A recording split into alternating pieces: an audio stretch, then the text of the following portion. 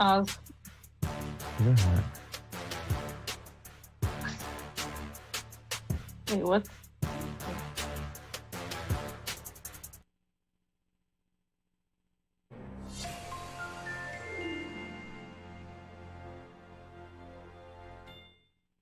Yes, welcome back to the Combo Couch fam.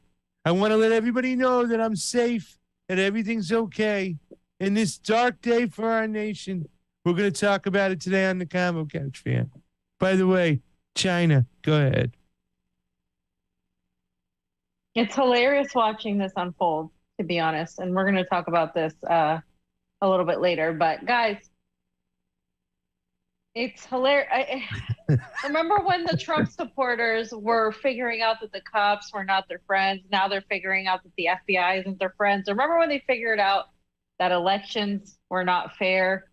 That's how I feel about this whole situation. Was it Sean Hannity? I wanted to include that clip. Maybe I did include it in that slide that I added, but it was Sean Hannity, I think, going, I think this just proves that we have a system where we have a two-tier system where the law applies differently for some than others. And I'm just like, oh, really? You just figured that out? Yeah. You really with the just CIA lapel pin over there. The little CIA lapel right. pin he has on. The guy's a joke. And the most telling video I'll have today, fam, is from our good friend Dave Bogniño, I think his name is. Homeboy from Italian guy from on Fox News. And he just says it all. But yeah, I mean, that is the big laugh right now, bigger than anything, is seeing the whole abolish the FBI and defund the FBI. Like a little bit late to the party. It is like elections. Again, it's like, hello, we told you this. Yeah, but you guys are like saying all cops are bastards and these people are just blah, blah, blah.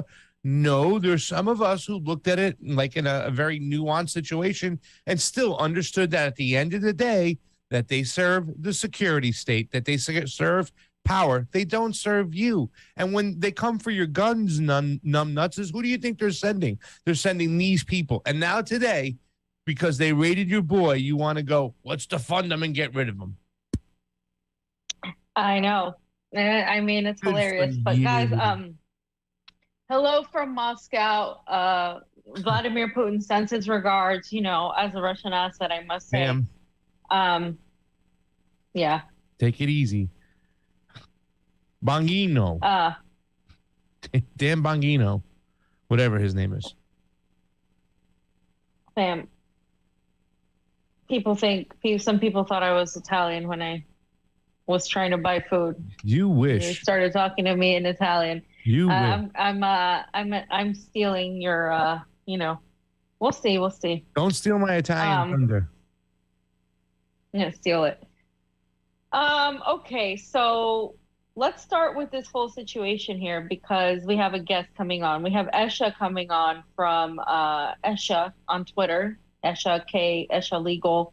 She wrote an article for the Gray Zone, and it's about Zelensky. It's about how he released. We kind of talked about it, but this goes a little bit deeper. Released a bunch of rapists and torturists, and I don't know if you've seen the last few clips on RT, but Ukraine isn't looking well. A lot of things are shifting with this whole narrative, so it's going to be good to talk about these things. But Fam had this section that we didn't get to talk about last time, Fam.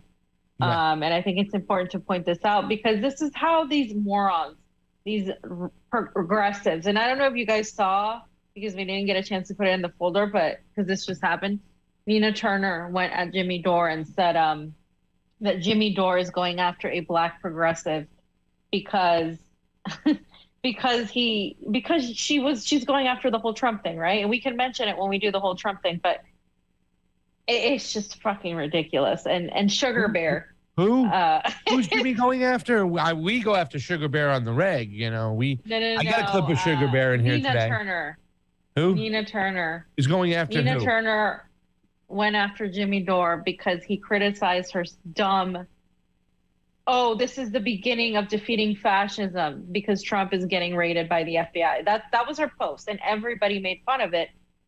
But because Jimmy Dore made fun of it, she's like, "Oh, Jimmy Dore's going after a black progressive," and I'm just like, "Are you serious?" Calling herself, she's the victim now. That's what it is. She's shielding herself from any criticism.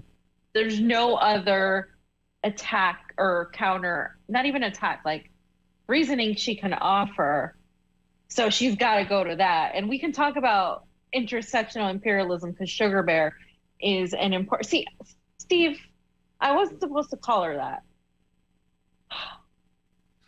Steve's girlfriend said, we'll talk about that in a minute. I'm going to let you go on your section because then we'll be here forever. So what time is the guest coming in at?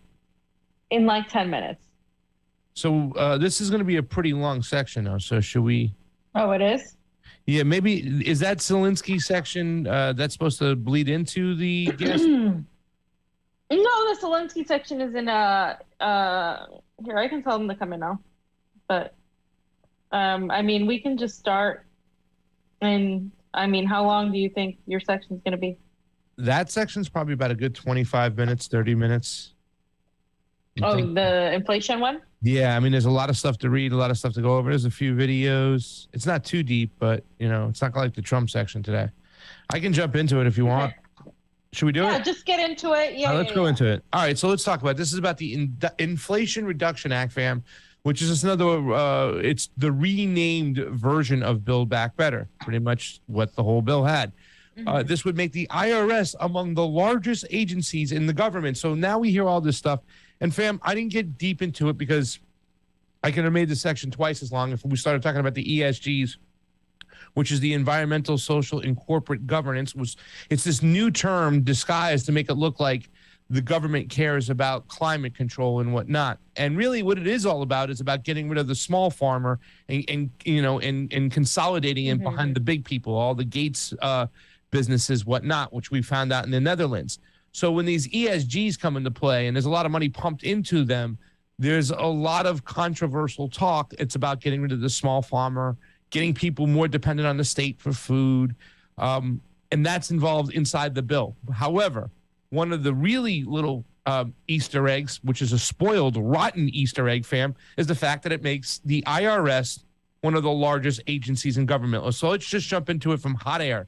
Tucked away in a hilariously named Inflation Reduction Act that Joe Manchin has been working on with Chuck Schumer is one of the most significant bit of spending that has been mostly flying under the radar, fam. The measure would fund a massive expansion of the IRS to the tune of $80 billion. Why don't they just give them $1 gajillion? And we're not using the word massive in a hyperbolic fashion here, fam. This money would go towards hiring an additional 87,000 employees for the detested agency, more than doubling the size of its workforce. As the Free Beacon points out this week, that would make the IRS larger in terms of manpower, bigger than the Pentagon, the State Department, the FBI, and the Border Patrol combined, fam. And what do they plan to do with that many people? Do we really need to tell you this, fam? Fam, when you just hear the fact right off the bat that they're going to double the size of the IRS, 87,000 people, what do you think they're going to do with that? What are they going to do with 87,000 more people? Do they need 87,000 more people to go after the top 100 companies that are hiding all the money? No, fam. They're coming for us. On slide 51, I'm going to skip to the third paragraph. The additional IRS funding for the Democrats is very important to this reconciliation package. A Congressional Budget Office analysis found the hiring of new IRS agents would result in more than $200 billion in additional revenue for the federal government over the next decade. More than half of the funding is specifically earmarked for enforcement. Enforcement. That's where the money's going, meaning tax audits and other responsibilities such as digital asset monitoring. So, fam, they're going to be watching every little bit of crypto that you're moving inside or out of their KYC, which is Know Your Customer banks, which is mainly the only way to get it turned over to fiat. So, fam, they're coming for us. So this expansion would turn the IRS into even larger than it already is. As we know, it's one of the most heavily armed agencies in the federal government, fam. This is something I learned. So what do they need all those people for? Not to mention all those guns and ammo. Democrats always talk about the need to go after the top 1% and make them pay their fair share. It's true that we have quite a few wealthy people in this country, but we don't have so many that you need more than 150,000 agents to keep an eye on them. No, according to one recent study cited the linked report, this move is being sought to generate more revenue for the federal government, and the vast majority of the new revenue will come from families earning less than $200,000 per year. I'm going to read that sentence one more time so everybody out there can hear that. And the vast majority of the new revenue will come from families earning less than $200,000 per year. People go, oh, $200,000 is not bad. But if the family, if you got let's say the wife is the breadwinner, she makes $120,000 a year. She's a lawyer, whatever job she has. And, a guy, the husband, makes about $70,000 a year, and then you got a college student living with them, and he makes about $22,000 a year. Whatever they live in there, they all file taxes together. It's $210,000 for a combined family household.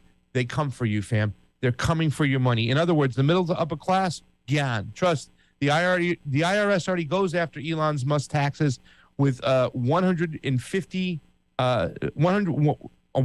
fine tooth combs. Excuse me, not 50 fine tooth combs, 100 fine tooth combs. But that's how they'll be getting more revenue, by examining working class people's tax returns under a microscope, looking for even the slightest error, and then slapping them with fines and late payment charges. And if you don't pay up quickly, the IRS now has more law enforcement officers than the FBI, over 5 million rounds of ammunition on hand. They'll get their money, fam. So what does all of this have to do with the Inflation Reduction? Don't ask me, but the names of the new law in the country stopped meaning anything recognizable a long time ago. We've talked about this, the way they give these bills, fam, fluffy names so they sound good. But when you go look into them, they're rotten to the core. Take a look at slide 54. This is also from Hot Air because I clicked on the link, fam. The IRS has 5 million rounds of ammo for some reason. Fam, do they like shooting as a hobby on the side, fam? Why are they bigger than the FBI?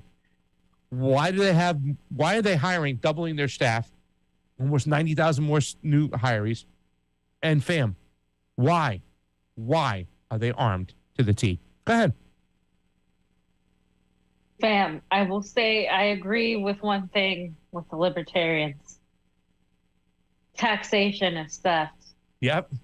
At this point in the United States, I'm not saying everywhere, because I don't mind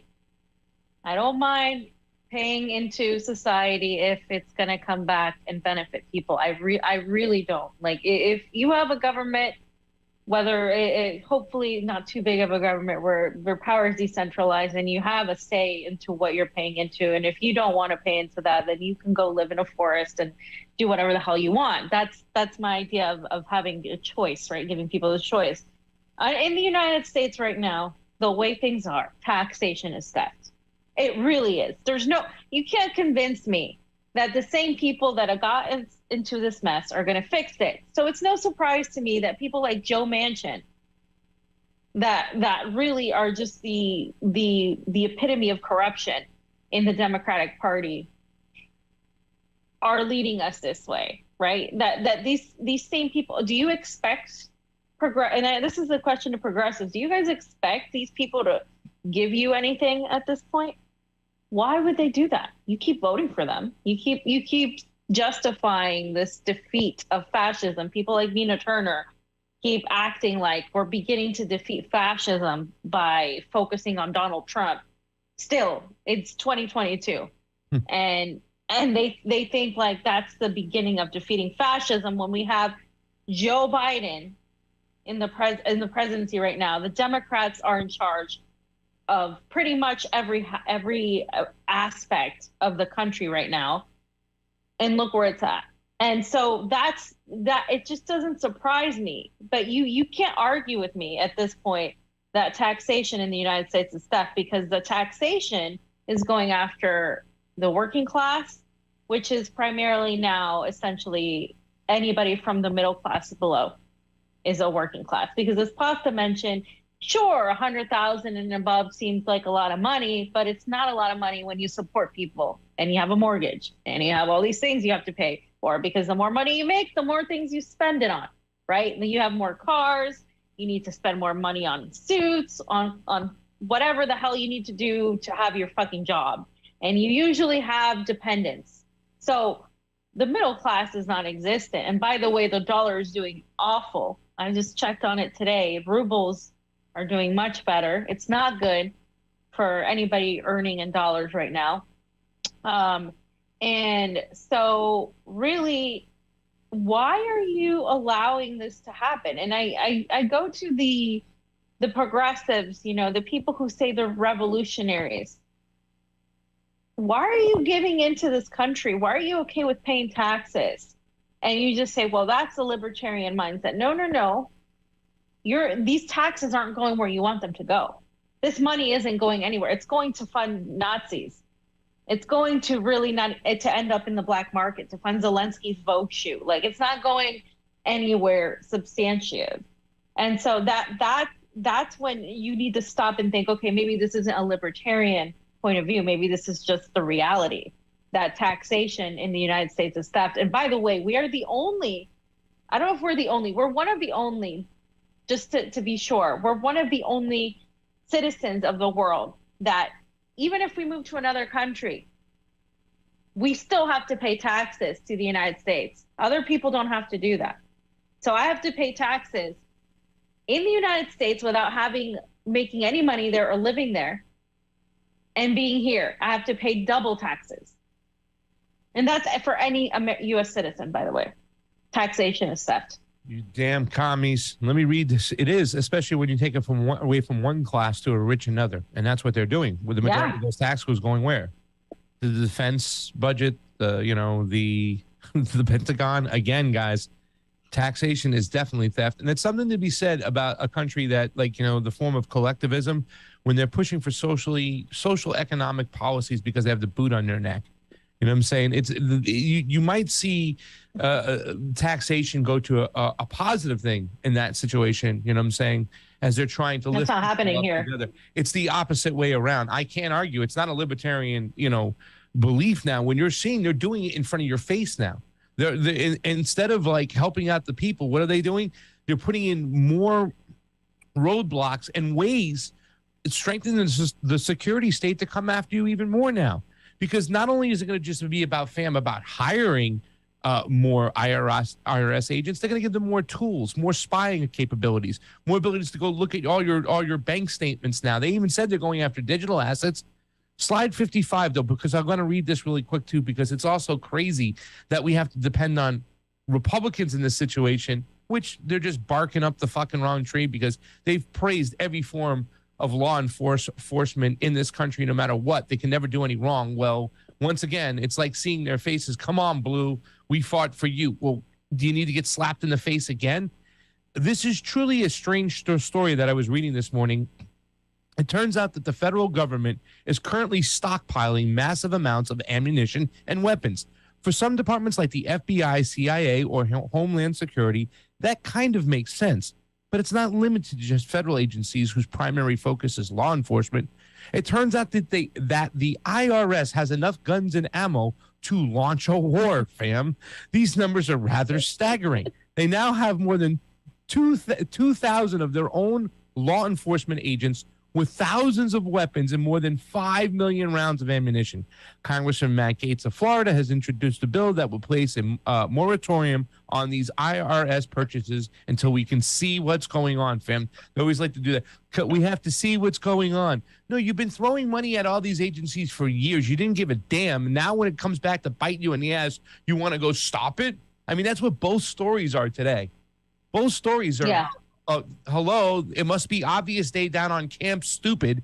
Here's Matt Gaetz. He's introduced a bill to keep the Internal Revenue Service from buying ammunition. Representative Marjorie Taylor Greene, Jeff Duncan, and Paul Garsar are on board as well. The IRS is buying bullets. Yes, they've amassed roughly 5 million rounds of ammo. Gee, what for?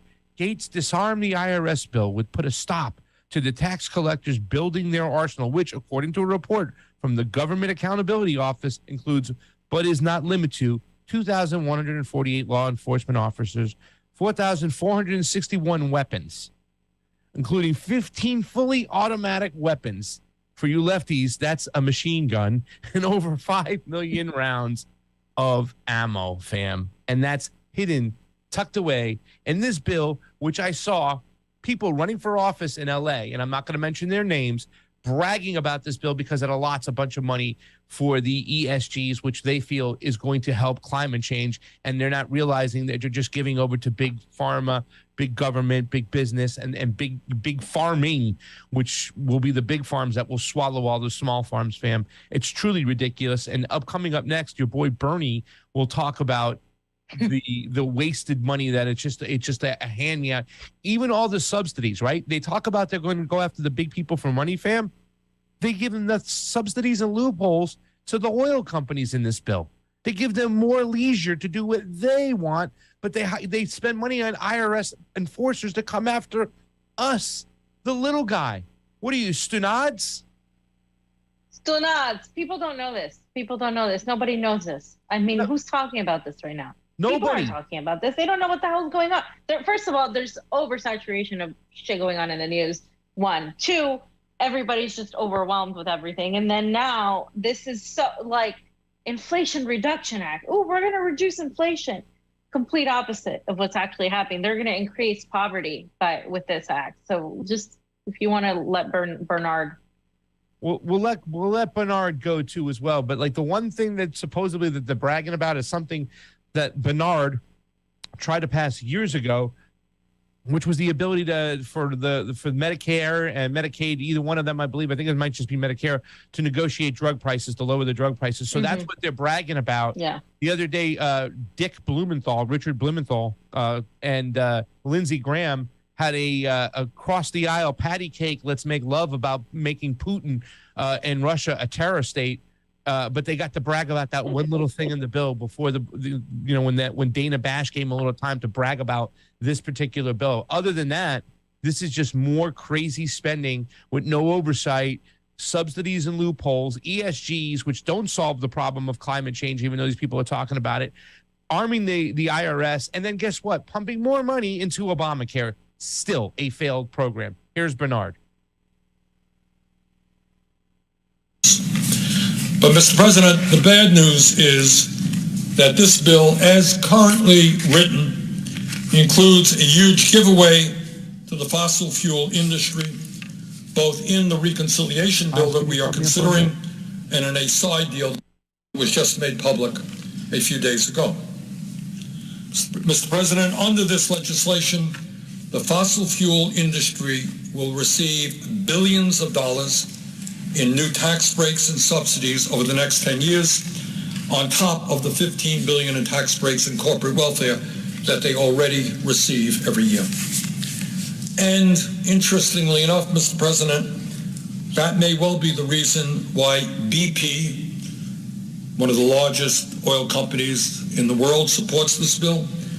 It may be the reason why Shell, another huge oil company, supports this bill.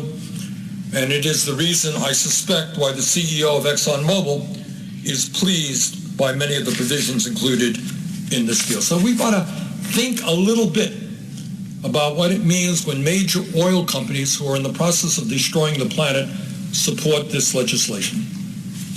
Under this bill, up to 60 million acres of public waters must be offered up for sale each and every year to the oil and gas industry before the federal government approves any new offshore wind development.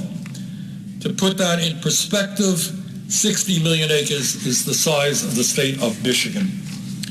Further, under this bill, up to 2 million acres of public lands must be offered up for sale each and every year to the oil and gas industry before leases can move forward for any renewable energy development on public lands. In total, this bill will offer the fossil fuel industry up to 700 million acres of public lands and waters to oil and gas drilling over the next decade, far more than the oil and gas industry could possibly use. So, fam, it's really Build Back Better, just ushering us into the fourth industrial revolution, privatizing and handing over water, giving more subsidies and loopholes for all the new energy things, all those new energy contracts, the transformation into green, right? And these fucking progressives that listen to this shit and actually think that this government and these people care about the climate and they care about your water and that's why they're doing it. No, this is why they're protesting all in Europe and we're going crazy too as well. They're handing everything over to the big guys. They're stripping the small farms, they're stripping the small landowners, and they're handing everything over to the big guys. If Bernie Sanders is even going to come out and rag on this bill right now, I mean, fam, I do have the next clip, which is really going to just piss you off, which is just Kamala smiling as she's the one breaking the 50-50 tie for this to get approved and signed off. On this vote, the yeas are 50, the nays are 50. The Senate being equally divided, the Vice President votes in the affirmative, and the bill, as amended, is passed.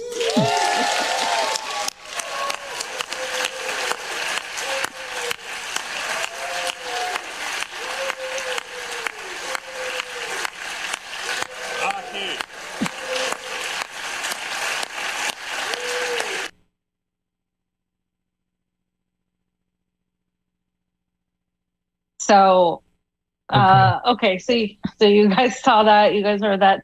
Did you want to comment on that, Pasta? No, I didn't get to hear it. And yeah, she, it's Kamala, right?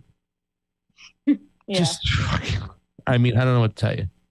Let's look at what the bill includes. 61. The bill includes $370 billion for climate change. Oz, let's go to slide 61. And that's the largest investment in clean energy and emission cuts the Senate has ever passed. And that's what it's disguised as. And I'm going to talk a lot more about these ESGs as we get more information about it. This allows the federal health secretary to negotiate prices of a certain expensive and of drugs for Medicare. Now, something pointed out that Lindsey Graham pointed out, he goes, they're trying to sell this as something special. It's 15 drugs, y'all. They have 3,000 drugs, I think, right now. But 15 of them are going to be allowed. They're popular drugs, but it's only 15 of them. A 3-year extension on healthcare subsidies and the Affordable Care Act. Fam, this is legislation that won't die. It still keeps coming around, failed or not. And they're just putting more money into it. 15% minimum tax on corporations making $1 billion more income. The provision offers more than $300 billion in revenue. But as we know, and Bernie's pointed out, they have all these subsidies and all these other ways to make up that money. So the next one, IRS tax enforcement. IRS tax enforcement coming for you. And then the 1% exercise on stock buybacks. That was the thing, fam. Ooh, all that extra money they get and they make, they never put into the business. They use it for stock buybacks. Well, now they're going to tax them 1%. Ooh. So the final approval for the legislation is going through on August 12th when the lawmakers are scheduled to return to Washington. The vote came after the Senate parliamentarian, our favorite person, the chamber's nonpartisan rule arbitrator, gave thumbs up to most of the Democrats' revised 755-page bill. Once again, pointing out the problem. We say this all the time, fam. The problem with these bills, loaded with pork, nothing to do with this. We're gonna put it in that. Nobody's got time to read it. Nobody's got time to read it before they vote on it. And it's not good for the public. It's not good for the people. It's the same old thing. And here we are, Build Back Better. It won't die. It's coming back, and they'll put it to a vote. The IRS is coming for your taxes and your digital assets. So, but hey, more government. Yay. Okay. Fam, our guest is here. Yeah. So is that all for that section you had, Pasta? Is there anything else we want to talk about that? That's all I got for that. I got one quick comment. Just go. Yes, please. Oh, be careful whenever the U.S. says the climate in their bill. They're probably having some sort of anti-China climate sabotage, a new Cold War thing that is not actually helping climate change, but helping them sabotage people who are actually fighting climate change. But I have not deeply checked. But I do a segment called Green New Imperialism whenever I see that kind of fake climate Cold War. The ESGs, which they stand for environmental, social, and corporate government, they're not about fixing the climate. They're about consolidating all the big guys, swallowing up the small farmers and small businesses, and actually, like you say, duping people away from the real discussions about the climate that we need to have, the real discussions about dirtying our water, the real discussions about how we need to take care of our earth. And it's a complete different distraction. So I totally agree with you on that one. Well, welcome. And you wrote a really great article for the Gray Zone, right? And I know you've been making your rounds on media, but we've talked about this like I think a week and a half ago. We talked about this because it was a big deal when Zelensky freed these convicted child rapists and torturers, particularly one guy that was the infamous Onishenko. Onishenko. And Onishenko, and he had a record already. I mean, it wasn't the first time. So just give us a rundown real quick as to exactly who is Onishenko, and for those who don't know, and who are the actual Tornado members. Okay, so let's actually start from the beginning. In 2014, they did a coup, and the coup basically worked by having right-wing paramilitaries go and unleash extreme violence at members of the parliament who belong to certain parties that these people called hostile, mostly parties like the Party of Regions. They went and set that on fire. There was a lot of killing. In fact, the way they started the coup was by having a hitman just go and kill 100 people. And that's what Victoria Nuland said. In order for the US to switch support from the democratically elected Yanukovych government to a coup government, they needed to see 100 bodies on film. And they saw that, 100 bodies on film. Mm-hmm. And then the president Yanukovych was forced to flee. And then they kind of immediately, this was around late February of 2014, where they put in somebody kind of like a Juan Guaido type of figure, who was not the president, not the vice president, nobody. And then, so what happened is that Ukraine is divided through the Dnieper River. East of the Dnieper River, there's a majority of ethnically Russian-speaking people. They follow religions of the Russian Orthodox Church, or they're like Muslims or Jews. And in the West, they speak mostly, I mean, everyone's bilingual or trilingual, but Ukrainian, there's a lot more Catholics. There's a lot more fascists, for lack of a better word. And so when the Maidan coup happened, what happened was that Crimea, which is like a peninsula that's right between Russia and Ukraine, they had actually chartered, people from Sevastopol, which is a big city in Crimea, had chartered buses from their hometown to Kiev, and they were like supporting the existing state structure. But when all that violence was unleashed, they got on the bus, but not all buses made it back to Crimea. On the way, there were people from the Pravi sector, which is the right sector, which are extreme fascists, as in directly, like, it's not like neo-Nazi stuff. It's like the original kind of World War II fascist kind of stuff. So the Pravi sector stopped, like literally set one bus on fire, all of them dead. And then they terrorized, like they made people get out, they beat them up, they terrorized them, they made them scream Slava Ukraina, which is very offensive for ethnic Russians, because to them, the fight against fascism, they see it as something holy. They call it the great, there's even a song that's about the Great Patriotic War. They call it this holy war. So it's everything against their culture, religion, what they believe in.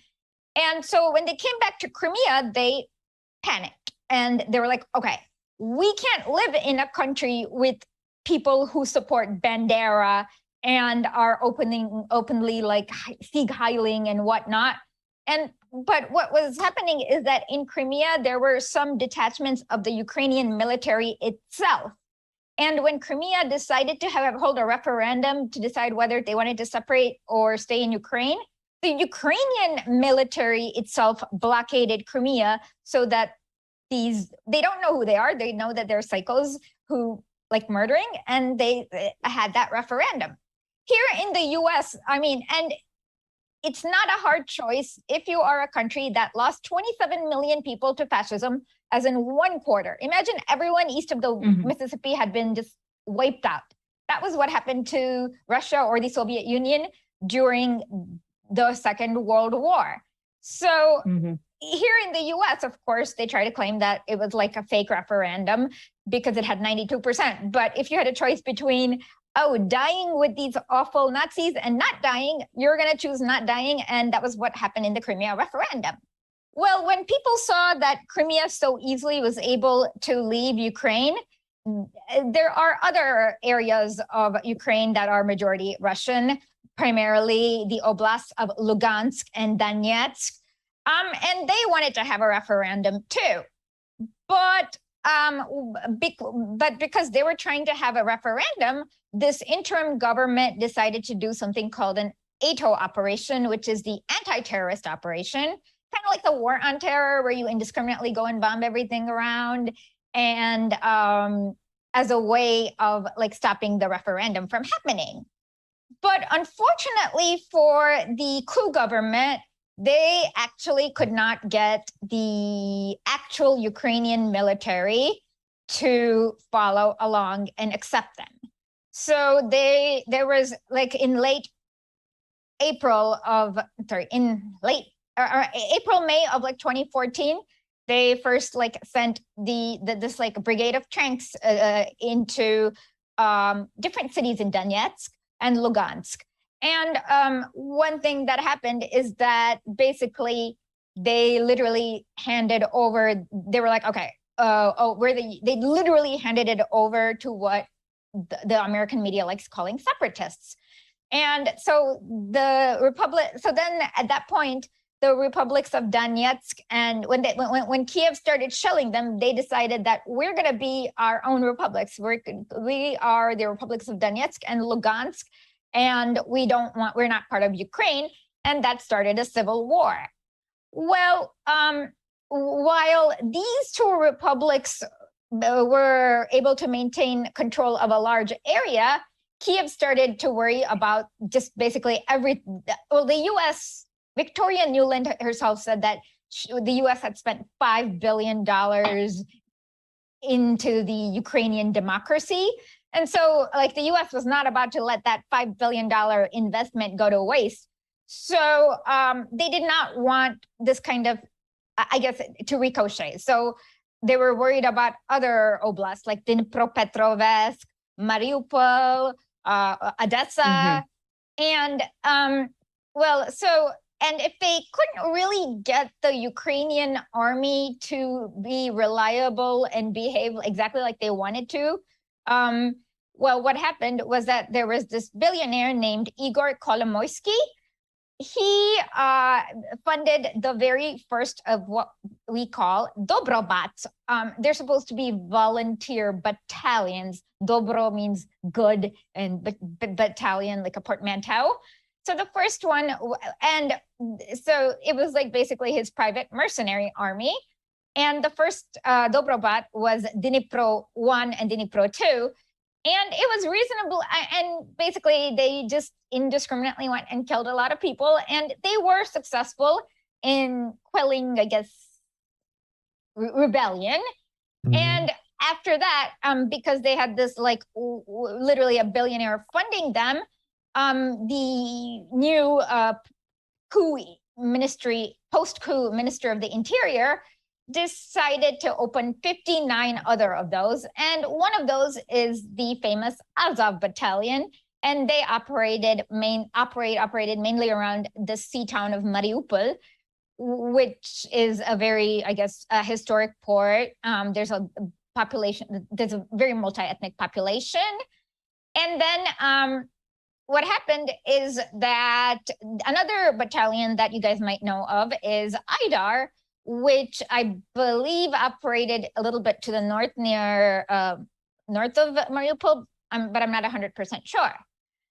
Well, for the province of Lugansk, the Oblast of Lugansk, only the DNR,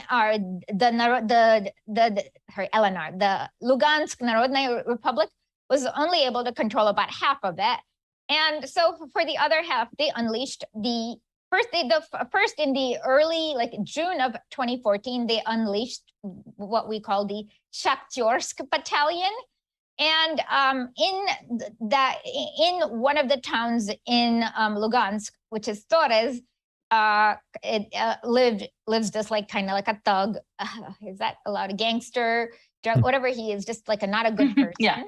Anishenka. His name was actually Ruslan Abalmaz, but his wife's family name is Anishenka. So if you look, he had already been to jail under his real name, Abalmaz, for like rape, kidnapping, holding people hostage, and ransom. So he was just like an all-around disgusting human being. But they were able to convince the big boss, Igor Kolomoisky, to fund the Shakhtarsk Battalion. And then they actually tried, the Azov and Shakhtars were tried in this battle in Ilyovsk, and they got their, am I allowed to use this term, asses handed to them? Yes, you are. Yeah. Yeah. I don't know what you asses handed to him. You got to be really blunt about it, Isha. Okay, asses handed to them by basically these like kids who just picked up guns that I mean the People's Militia was not really, you know, I mean it's not like the US military or anything. It's just a bunch of people with a bunch of guns. Some of them are elderly too. And so, but somehow, even though so during that time, the Shakhtarsk Battalion had to be disbanded by Petro Poroshenko, the president himself, for looting, allegedly. But somehow, Anishenko managed to convince Igor Kolomoisky to let him form a second battalion from half of the Shakhtarsk Battalion, called a Tornado Battalion. At first, they were put in the city of, what was it called? City of, I can't remember which city off the top of my head. I just like, I know the mayor's Alexander Sin. He was like, no way in hell are these cyclists gonna be in my city patrolling? And so then they moved them to the northern Lugansk area. And so with basically like, and the billionaire basically allows them to have 10 times the salary of the average Ukrainian, and unlimited, and Anishenko basically lets them have unlimited sadism. They can do whatever they want to whoever they want. And so it attracted the scum of the scum, like the worst kind of people, the fascists, the sadists, the rapists, the drug smugglers, just the people, the criminals, drug addicts, as Putin says, the entire nation held hostage by a bunch of drug addicts and fascists. And that was exactly what the Tornado Battalion was. They managed to recruit the scum of the earth, like. And so when so in 2015, so they were stationed in the province, the Oblast of Lugansk is pretty big, and they were stationed in many different spots. And the State Department itself had this group called a Kharkiv group commission, like go and check out basically what was going on with the Tornado Battalion. And the Kharkiv's groups, this is funded by the United States State Department. So nobody can ever say that it is secretly Russian or it's a Russian propaganda or Russian lie. No, they would literally, like, they would go in and loot people's houses. They would, the State Department, like it said that they would loot people's houses. They would like kidnap people for, they would kidnap people for basically ransom. they had operating, like they even had and they were supposed to root out what you call separatists. But the way they did it was it's actually really like they would just like kidnap random people and torture them in the worst possible ways. So basically, this, for example, this one guy I interviewed, his name is Ruslan Kurenkov. He was visiting a friend and he was just basically accosted by a gang of men with weapons, is what he said. They dragged him home from his home at the middle of the night. And then they took him to one of the basement prisons where they tied him to a chair. And these masked men actually took out a blowtorch and burnt him until his like flesh melted. And then of course he confessed to being a separatist, because that's what you do when you're burnt until your flesh is melted. And they like another thing is that they let's see, they had this other really sadistic guy, Daniel Luyashuk, who is now claims to be part of like Islam, who claims to have converted to Islam and be part of ISIS. But he devised a game where two members of the Tornado Battalion would simultaneously rape a hostage in different orifices while he filmed it. And let me read you some excerpts from the State Department itself. People wearing camouflage, carrying machine guns, knocked outdoors, broke into private homes, conducted searches without permission from judges, requisitioned valuables, humiliated and beat owners, and threatened to shoot them. They grabbed people from streets and checkpoints with bags over their head, and they were taken to basements where they conducted work on identifying separatism amongst the residents. Many men were forcibly taken from their homes and taken under escort to the building into the basement of this hospital. Most of these detainees were released after a few weeks of torture, but even now, like there are many people who are disappeared.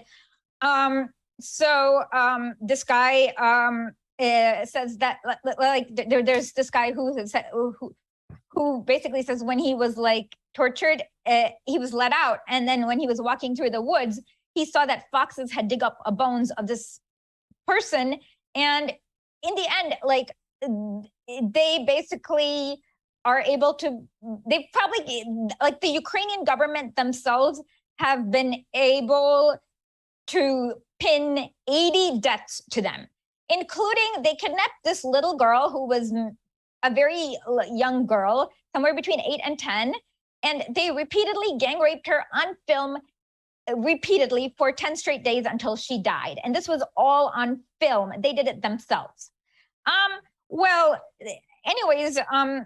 They became a little bit too disgusting for even the Kiev government.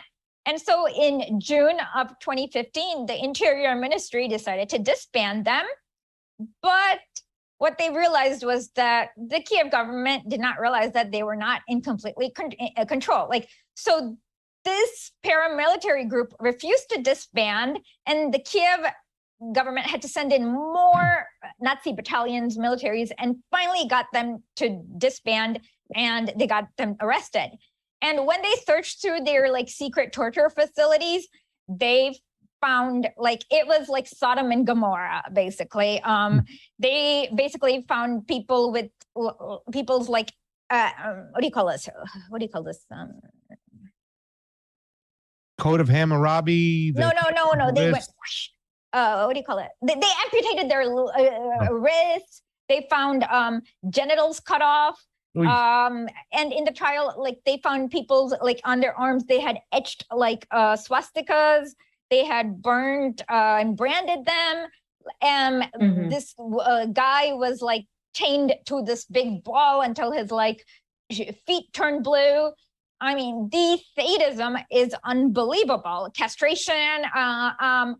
And so basically, they had a trial where there was a long trial where all this evidence was released. And of course, the Kiev government back then was, I mean, nobody's going to be like, oh, let's support child rapists. And so they had to convict them. And this is all evidence from Kiev itself, not from Russia, not from whoever else they want to blame. But since the war began in February, Zelensky has realized that they don't have apparently enough to fight the war. So he made an order that said that he would release anyone who was in prison with combat experience. Well, so sometime in March or April, they released Daniel Lyashuk, and he's now, he makes videos taunting Russians. He's in the Ruslan battalion.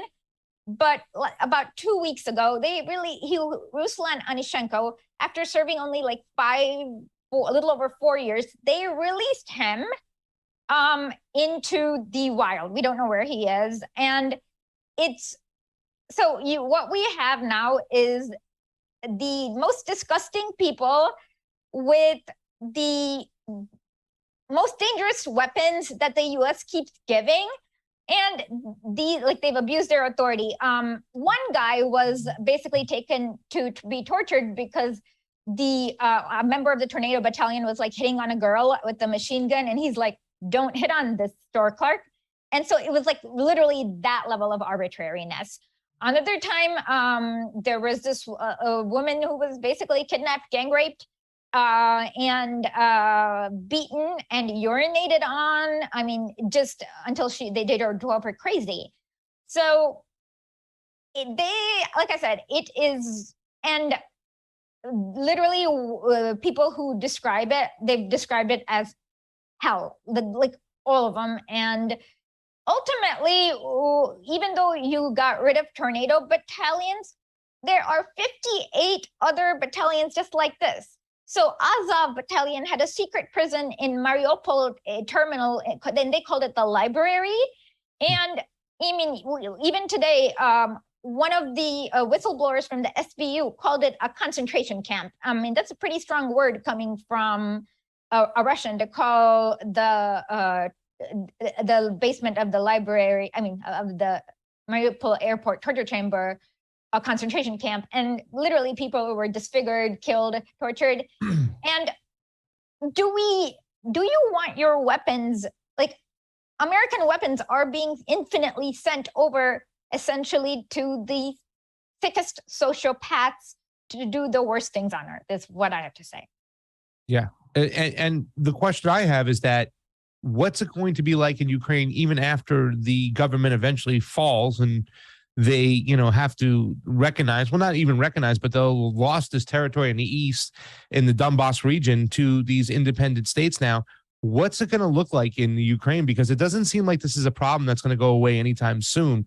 From what I understand, a lot of these battalions and groups like the Azov battalion were involved in the street politics, which means they're infested within the whole society of Ukraine. Isha, what do you think it's going to look like after the war ends?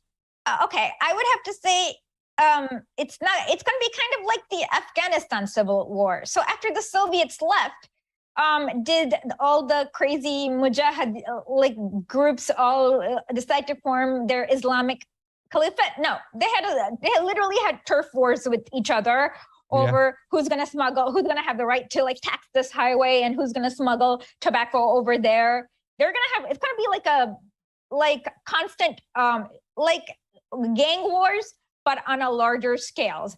So even, the right sector was smuggling tobacco. This happened a few years ago. And the police, the local police there tried to bust them. And they responded by basically taking a 6-year-old hostage. And the Kiev government responded by actually suspending the police chief who was investigating this tobacco smuggling ring. And so then the right sector was free to continue to do whatever they want to smuggle, drugs, tobacco, whatever they want.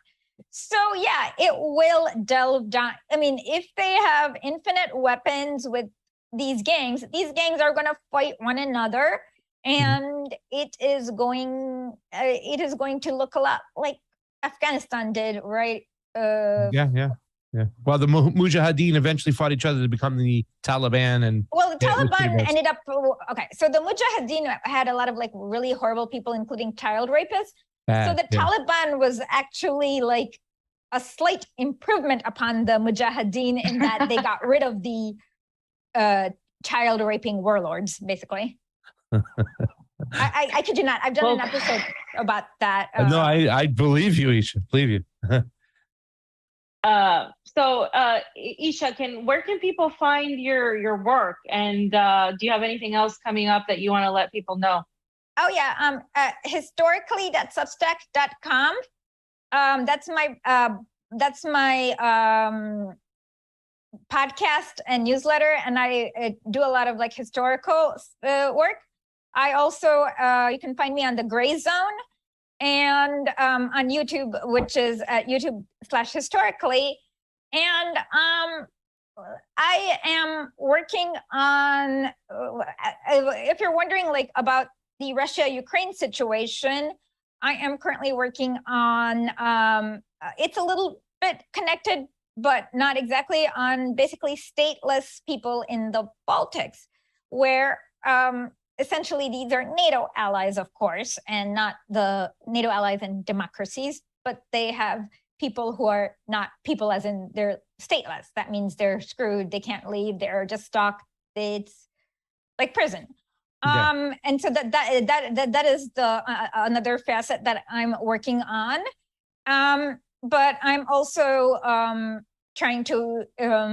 We have a great bunch of interviews coming on historically too, about basically how the propaganda works and the history of propaganda. So that's I'm excited about. Yeah, and I'm also, this is like a long-term project, of course. Eventually, I hope to be like writing the book about Lenin. And I also have like a weekly show called Late Nights with Lenin, where we read a piece of Lenin so that people kind of know how to analyze things. Like a lot of times people get information, but they don't understand how to analyze it.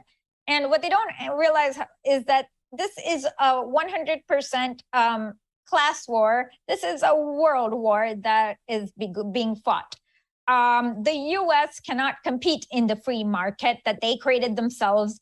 They are, it's like the US can't compete in their own free market. And so they are really going to, I'm not Jimmy Dore.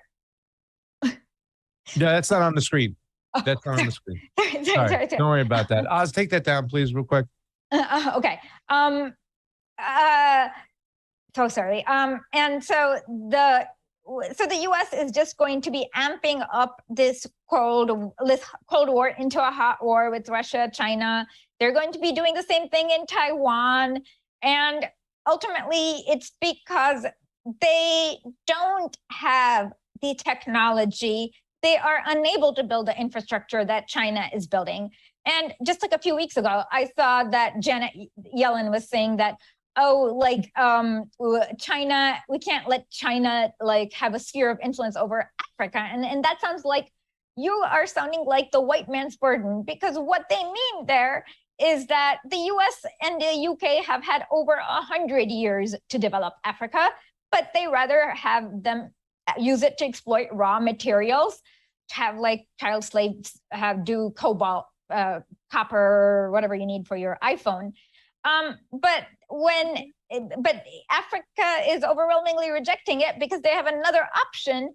And so what the US is doing is it's basically trying to encircle China, as in stopping China from participating in the free market that they themselves create. The US and the Britain were the ones who created this in 1944, and it seems like they can't compete in their own free market. So that is what I'm worried about. They're going to use it's not going to end here in Ukraine. It's going to, earlier this year, they tried a coup in Kazakhstan that failed. And then they're trying to do things in Taiwan, where they've funded separatist parties. There's Myanmar.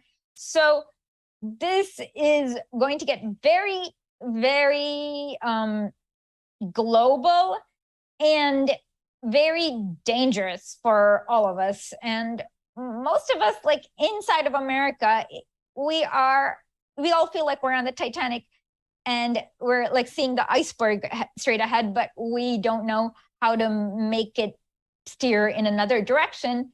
And I wish I knew it, because I don't either, because our government does not really respond to what we say. That's a nice summary, and I agree with you. That's exactly what it is, especially being outside. So hopefully you get to visit Moscow soon and see a little bit more about that. So yep. Looking forward to seeing you here. Propaganda too, as well, by the way, Isha. Oh yeah. We'll be on the lookout for that. We need all the fight. We need all the fight we can get. Well, thank you for coming on, and everybody go check out the Gray Zone article with Isha, where she talks about the specifics. It's very gross of the Tornado Battalion. Convicted release child rapist from the Tornado Battalion, and it's terrible. I mean, I know a lot of media have been reporting on it on the eastern side, but this is really specific stuff. So go ahead and check it out. I have not seen the Western media. I mean, they interview IDAR battalion leaders, but I have not seen them report a single thing about this at all. But the rest of the world does. Yeah, the rest of the world will. Thank you for coming so much on, for and we'll see you next time. Take care. Okay, bye. Bye. Okay, fam. I was like, short history lesson if you guys didn't know how we got there. But it's a good reminder if you did know, by the way, because this is like, we talked about this years ago, Pasta and I like that you posted that video on Facebook. Yeah. You were like, oh, this was it was when Alex Jones, they were going after Alex Jones, and we were supporting, remember, 4 years ago, AOC? Yep. Or we were like, she went to that was when she went to LA, right? Yep. That was the I knew you'd like that video. I knew you'd so much has changed in 4 years. Jesus Christ. I can't even fathom supporting that woman right now. Jesus Christ. But yeah. So hopefully we do this. So,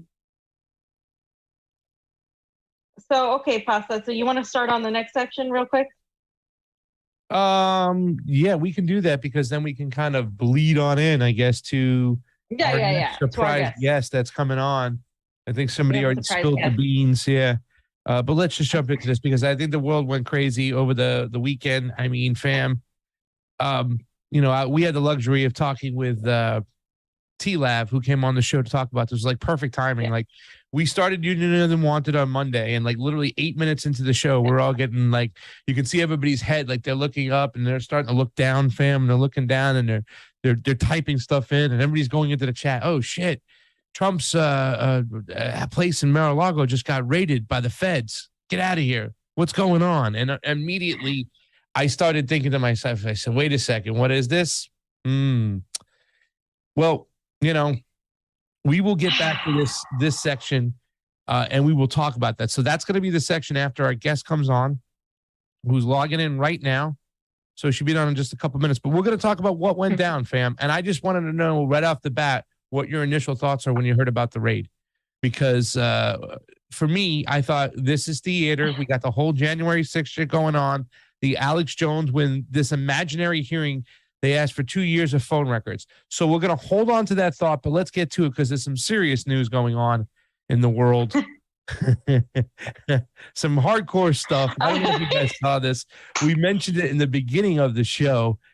There was a little tweet by a friend of the show, Jimmy James Dean Dore, when he went out there. Oh, you mean the racist? You mean racist Jimmy Dore, who hates on black progressives? Nazi son of a bitch. Yeah, Jimmy.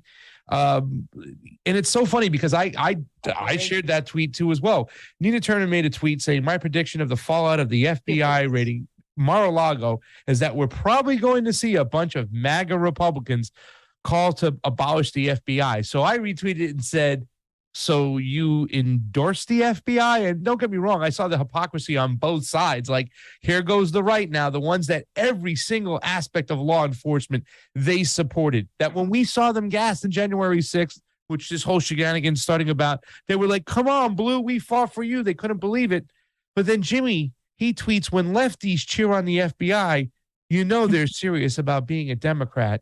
So with us today to explain that tweet, Antifa's finest himself, I guess. I don't know what they're calling him nowadays. Jimmy Dore is with us. How you doing, Jimmy? I'm doing good. I'm talking to you from Louisville, Kentucky.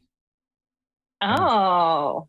I'm bringing the politics of the Jimmy Dore Show to Louisville, Kentucky at the Louisville Comedy Club tonight. I was in Indianapolis last night. Man, that was a blast. Nice. You're doing that tour awesome. of the Midwest. Yeah, and That's tomorrow awesome. I'll be in Cincinnati. But what happened today with Nina Turner, I mean, I'm in her part of the country is what I'm saying. I'm in the middle of the country. Yeah. And, it was very disappointing to see her. You can disagree with my criticism, but you got to call someone a racist because they criticized you, and that just shows you that I hit a nerve. She knows she's a Democrat, and this is all first of all, that tweet of hers calling out their right wing's hypocrisy about the FBI. You call out their hypocrisy when they're in the wrong.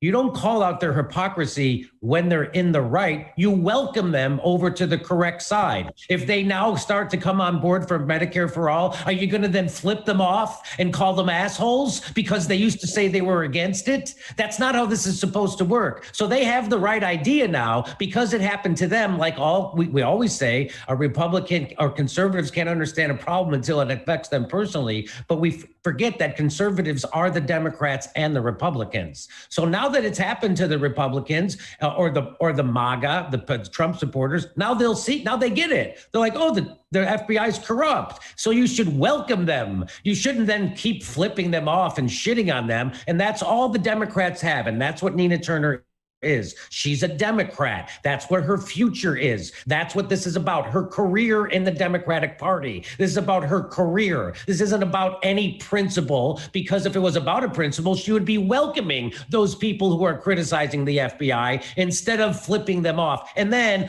doing the cheapest bullshit, hiding behind identity politics.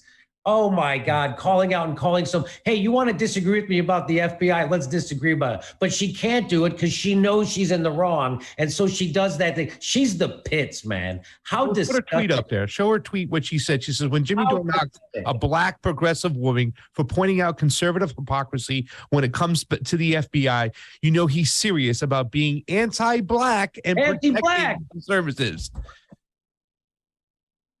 Jimmy, go change your shirt and take your sunglasses off. They're black. Get them off. I don't want to hear about it.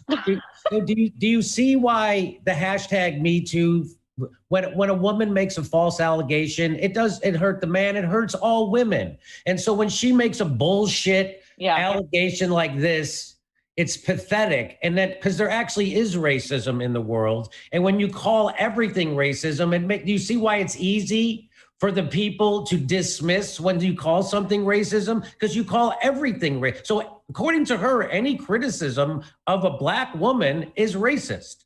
And do you see how that's just the wrong message? Do you see how that doesn't help your side? It actually hurts your side, but she doesn't care about her side. She cares about her career. And so she doesn't care that this actually hurts people when they actually are victims of racism, because when you throw it around so casually like this it's like when they called Bernie Sanders a sexist, right? When Elizabeth Warren said Bernie Sanders was a sexist, it doesn't land. And all it does is it hurts you when you call Donald Trump a sexist, or when you call anybody who actually is a sexist. They go, well, if Bernie Sanders is a sexist and Donald Trump is a sexist, I guess being a sexist isn't that bad of a thing then? Or this is just something you call everybody that you don't like. And that's exactly what this is. This is Nina Turner being called out correctly, and her flex isn't to debate honestly, but to do some bullshit, underhanded, cheap shit like this. And she's revealing herself. I'm a fucking pothead YouTube comedian. I'm not revealing who I am. She's revealing who she is, and everybody fucking sees it now. Anybody who's of sober mind can look at our exchange on Twitter, and there's going to come away with a lower opinion of Nina Turner. She's only playing to Democrats now. That's because she's a Democrat. Mm-hmm. And all I did was call her a Democrat, and she immediately called me a racist for calling her a Democrat. What is that? That tells you everything you need to know. Yeah. Well, that's so Jimmy, I just wanted to ask you what what do you think about this whole situation? Because we were going to talk about it, right? Isn't it the most politically manipulated hit job? You don't have to love Donald Trump, and I hate that we even have to say that. I hate that we even have to say the fact that this is not about Trump. It is about the fact that Joe Biden's son and all he did and all the money that Hillary and Bill Clinton ran away with, all of that is completely irrelevant. But now we're all talking about Donald Trump and what he could have possibly got away with. And it's so poignant right now because coincidentally, the Democrats' approval rating is in the can. It's trash. Joe Biden's approval rating is trash. Inflation is at an all-time high.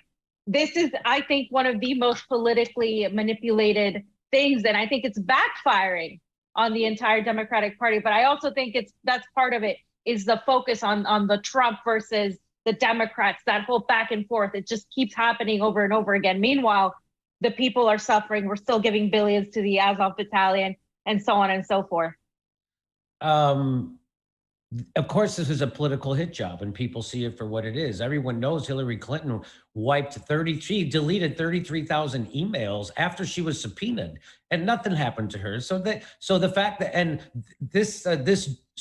we're told this happened at a local level. A local FBI guy got a local judge to do this, and this didn't come from up top. I mean, again, it's just, we're living in a banana republic. We say Russia and Ukraine are corrupt, which they are, but there's nobody more corrupt than the United States government. The United States government is 100% owned and purchased by the corporations and the bloodthirsty military-industrial complex. And that's what this isn't about law. This is about an outsider. They can't have Trump be the ugly face of imperialism, not because Trump is going to legislate any differently than they do. Trump's biggest accomplishment was a tax cut for millionaires and billionaires. He didn't do anything. He didn't give us health care. He didn't give us living wage. He didn't give us education. He didn't do anything. Like, he didn't end the wars and he didn't do anything like he said he was going to do, except he gave everybody a tax cut who makes millions and billions of dollars. So why do they hate Trump? It's because Trump puts an ugly face. And I said this in 2016, and it's true. Trump puts an ugly face on imperialism, and he puts an ugly face on the establishment. And so they can't have that. Donald Trump did nothing different than Joe Biden. Barack Obama deported more Hispanics than Donald Trump. He dropped more bombs than George Bush. So this isn't about someone being a bad person or being a criminal. This is about someone putting an ugly face on the establishment and empire. And they can't have that with Donald Trump. And so even if it's DeSantis, they'll take it because he comes from inside the two-party system. They have their certain amount of controls on those people. And they didn't have them on Donald Trump, which is why they did an evidence-free conspiracy theory for 4 years called Russiagate. And why did it take him so long to impeach Donald Trump? Because it took him that long to find a crime that Donald Trump was guilty of that they weren't also guilty of and complicit in. And they impeached him over freaking weapons shipments to Ukraine. People don't even know that. So again, this is a political hit job. It's 100% what we could, and this is them dividing the country. And Nina Turner's flex is to divide the country further instead of calling out the corrupt FBI and the establishment. Because why? She's a partisan. She's a partisan Democrat. I'm not, which is why I get to call her out. She famously said, and I'm going to play the video as soon as I get back to my studio on Saturday, and she famously said, Jimmy Dore, I've admired him from afar. He says things I can't say. And as soon as I say one of those things, why can't she say things? Why would she say that? Jimmy Dore says things I can't. Why can't you say them, Nina? She can't say them because she wants to secure her position inside the Democratic Party. That's why she can't say them. And that's why she said, thanks for Jimmy Dore for saying it. But then as soon as I say the things she can't say, she calls me a racist. And that's why she's a fucking loser who's lost every race she's ever been in. And it's because people smell her out. She's not what she claims to be. She defended the squad around forced to vote. Do you need to know anything else? She bullshitted you. She bullshitted her own supporters about forced to vote. She bullshitted her own supporters about the fucking squad. She's a bullshitter, and a YouTube pothead comedian calls her out on it, and her flex is to call him a racist. Why? Because I got her. Yeah. And go to slide 69 really quick here. our boy Steve from the morning show, AM Wake Up, put this tweet over here. But this is something that we were talking about. Like, I'm like, oh my God, this woman is talking that Jimmy Dore is anti-black. Does she realize who her president is, what administration she worked for? And he says, you're running a cover for one of the most anti-black administrations in recent history. You're excusing the political weaponization of a domestic terror organization, the FBI, with a history of anti-black activity that includes kidnapping, rape, torture, and murder. But sure, blame Jimmy Dore. And I mean, amazing tweet out there too as well. I mean, Joe Biden, you know, who wrote the crime bill, and you want to come over there and says, because Jimmy says that you're being critical of the FBI, that he's anti-black. I mean, is not this administration one of the most anti-black administrations that we've ever known, Jimmy? 100%. I mean, the reason why black and brown people are incarcerated at much higher rates than white people is because Joe Biden. And Joe Biden bragged about it. I have videotape of Joe Biden when he wrote the crime bill saying, we hang you for everything except for jaywalking. He was proud of it. And he said, it's not up to us. We don't have to worry about why they became to be this kind of a criminal. The important thing is they're in jail. Yes. And it doesn't matter if we made them that way. Joe Biden said that. It doesn't matter if our society made these people that way. That's not we have to first put them in prison. And so so Joe Biden's been he's the one who said he didn't want his kid to grow up in a racial jungle. Didn't his own vice president call him out for being a racist? And then when Stephen Colbert brought that up to Kamala Harris, she laughed about it in the most mental way possible. And everybody saw it. And Stephen Colbert didn't push back on it at all. He just let her do it. Hey, didn't you call this guy a racist? And she just went, yeah, it was a debate. I guess that makes it okay to call somebody a racist. Anyway, if he's not, well, if he was a racist, why did you say it? So anyway, that's their flex. That's what's going on. And of course, the biggest racist motherfucker in the world is Joe Biden. And he's got more blood on his hands when it comes to black people being incarcerated than Donald Trump. That's for sure. Or black and brown people being bombed or Hispanics being deported. Joe Biden's much worse than Trump on all those things. Right now, Joe Biden is finishing the border wall in Arizona. Yeah. I thought they were just cleaning it up. By the way, the paint bucket. Grab that. She also said that this is the beginning of defeating fascism. That's the tweet that I and many others responded to her. That this is the beginning of defeating fascism because the FBI is doing a political hit job on Donald Trump. And people started arguing with me like, well, she didn't say it was defeating fascism, just the beginning. I'm like, how is it? How is it any of that? You have Joe Biden is, if not, like you just said, he's worse. He's equally a fascist, but he's the prettier face of imperialism. And that is why he's allowed to do what he's allowed to do. And so here we are watching the Democrats cheer on political prosecutions of their political enemies. And then they try to, at least take credit for it. Say, yeah, the Democrats want to do this. At least fucking take credit for it. But now they're going to try and push it off on a local FBI guy and a local judge. By the way, wasn't that judge the same guy who gave Jeffrey Epstein his sweetheart deal where he didn't have to do prison time and stuff? I'm not sure. Double check me on these facts. Wasn't this guy the most corruptible judge in the world? Yeah, there's a lot of questions about the judge, but they keep on pointing to the fact that Chris Wray was appointed by Trump and the FBI, so it's okay because this is his guy. And the actual guy who ordered the raid, I believe he was also on the Gretchen Whitmer case, which had more feds than actual suspects, so they dropped it. And the guy's got a good record, in other words, is what I'm saying, who they put on the case. The whole thing stinks. It's awful, and the fact that they're inside Trump's safe and not Hillary Clinton's, that is just, I'm sorry, but I can't get past that. Yeah, it's you're seeing it right at, as Chris Hedges said years ago, they lie, cheat, and steal right out in the open now. Yeah, and they're doing it right out in the open.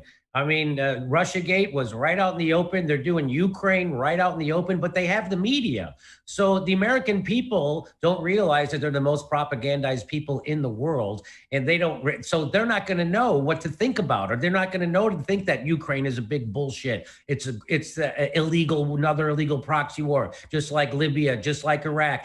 So they're going to have the FBI go into Donald Trump's closet, but they're not going to arrest Dick Cheney.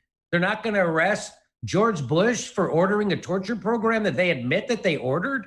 They're not going to fucking arrest war criminals, but they're going to get somebody on misusing classified documents. By the way, Donald Trump is the guy who decides what's classified and what isn't. So he could have just said, I declassified all this shit. Exactly.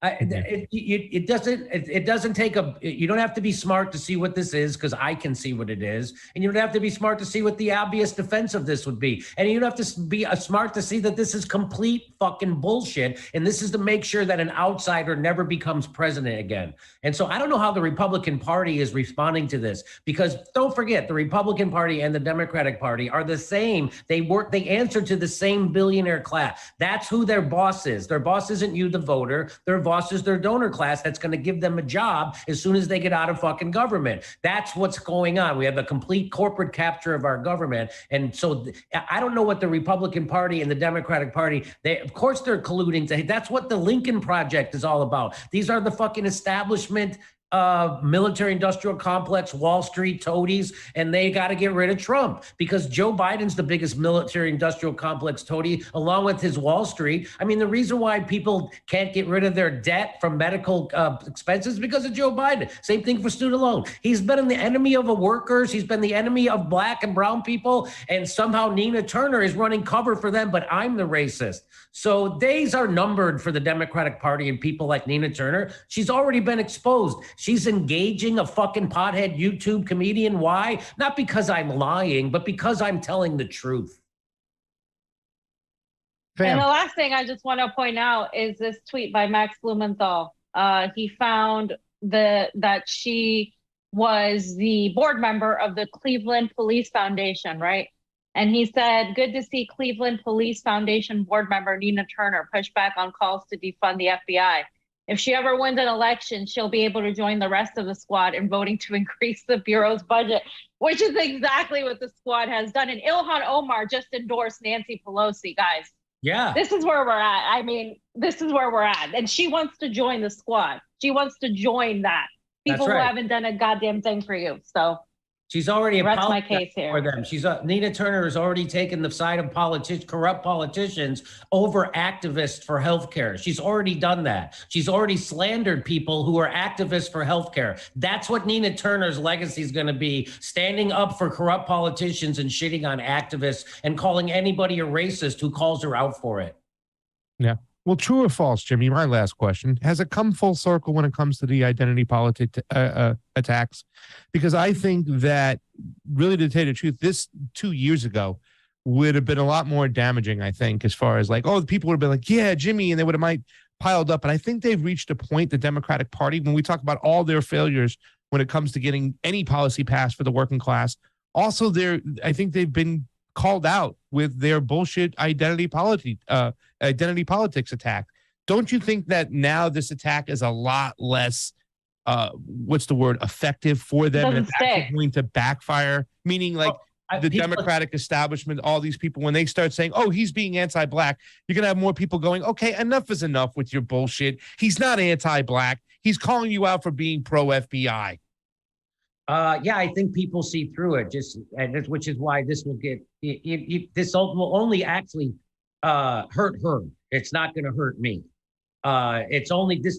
What she's doing is catnip for the Democratic Party voters and people who defend racist Joe Biden. That's what this is. And you're right. It would have had much more traction a few years ago, but people have seen Nina Turner turn her back on her own supporters time and time again. And they've seen her lie in defense of politicians like the squad and lie about Medicare for all activists. So people are onto her and her bullshit. She said, oh, they have a strategy for forced to vote for Medicare for all around. They didn't have a strategy. She was lying. So I outed Nina Turner for that. Everybody gets to see. It's painful to see that someone like Nina Turner is just as big a phony as anybody, but it's true. And so that's what this is all about. And yeah, just like Anna Kasparian launching a phony hashtag Me Too against me got no traction. It made her look bad. This will probably be the same thing for Nina Turner. It's only catnip for people who already hate me. Anybody who's independently minded or a sober thinker is going to look at this situation with Nina Turner and think less of Nina Turner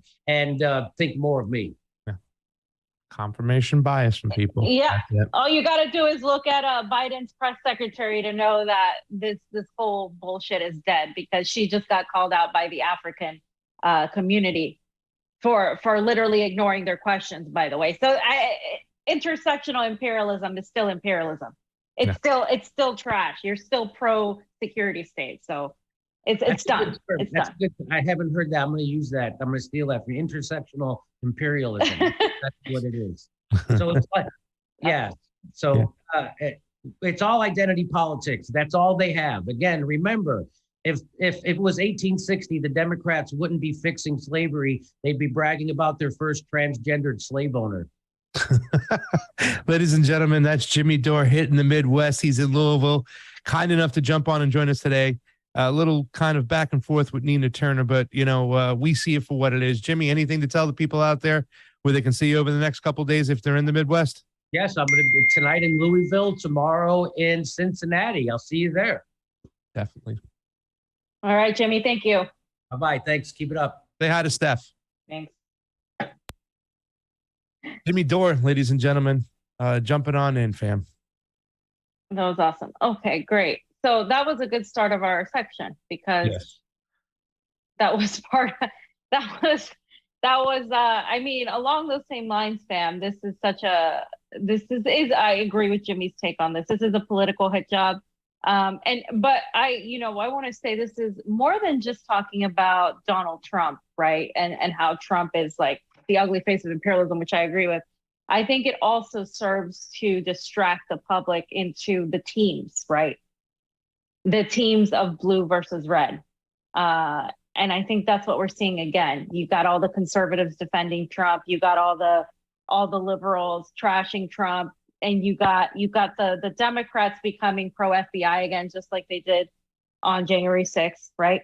And you got the Republicans being anti-cop again, right? They were like, upset at the cops for going after them. And now it's the FBI they're seeing. And they're coming to this realization, which is like, yes, you're late, right? Like, you're late to this realization. But Jimmy has a point. Like, we should embrace them. We should be like, okay, now you see this, right? But at the same time, how long is that going to be genuine? Is that going to stick? Is that going to be something that's going to be there for a while? Because there is a certain manipulation, I think, going on behind the scenes with this whole thing. Fam, that is the big question. Like I said, when we had Ryan on, I was like, dude, what is this? Is this theater? I don't know if this is, something that's really happening and it's a political hit. It definitely serves as a distraction from everything we should be paying attention to. But we're not, you know what I'm saying? But at the end of the day, fam, when I just sit back and I said, let me see the people's reaction. You see them once again, like you said, move to team A, team B, red team, blue team. And here we go. And when we get to some of these videos, they just say it all. So let's get to the first one, fam, that just shows what happened, pretty much the scenes, the shots from above. The FBI raided Donald Trump's Mar-a-Lago estate.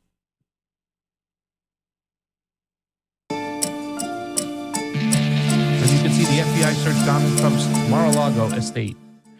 And there's the police officers there at the driveway and the lights going off.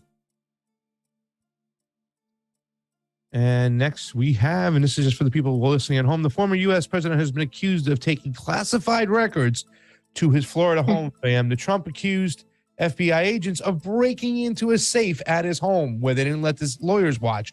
He described the unannounced raid as a prosecutorial misconduct.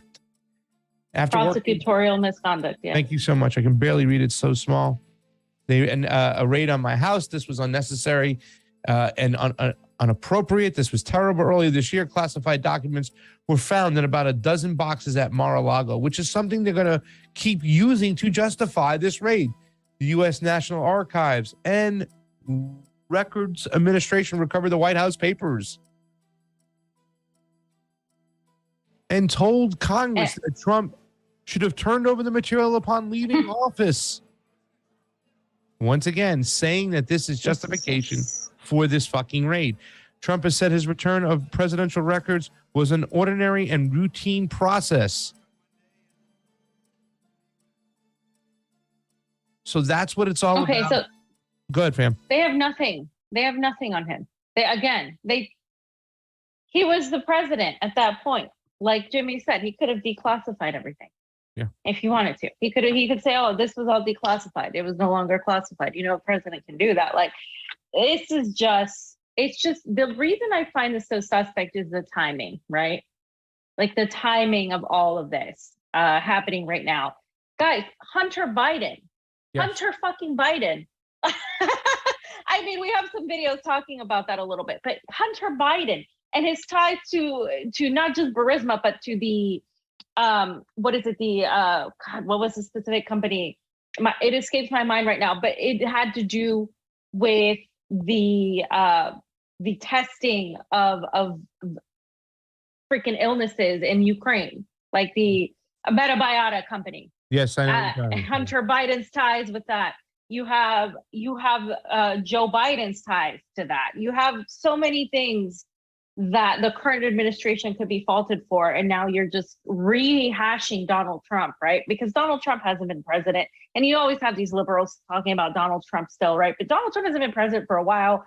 Joe Biden's numbers are horrible. Kamala's numbers are horrible. The Democratic Party's numbers are horrible. I mean, nobody's buying this administration. Nobody's buying this shit anymore. Even the people that were initially like, well, we need to help out Ukraine are starting to be like, well, wait a minute.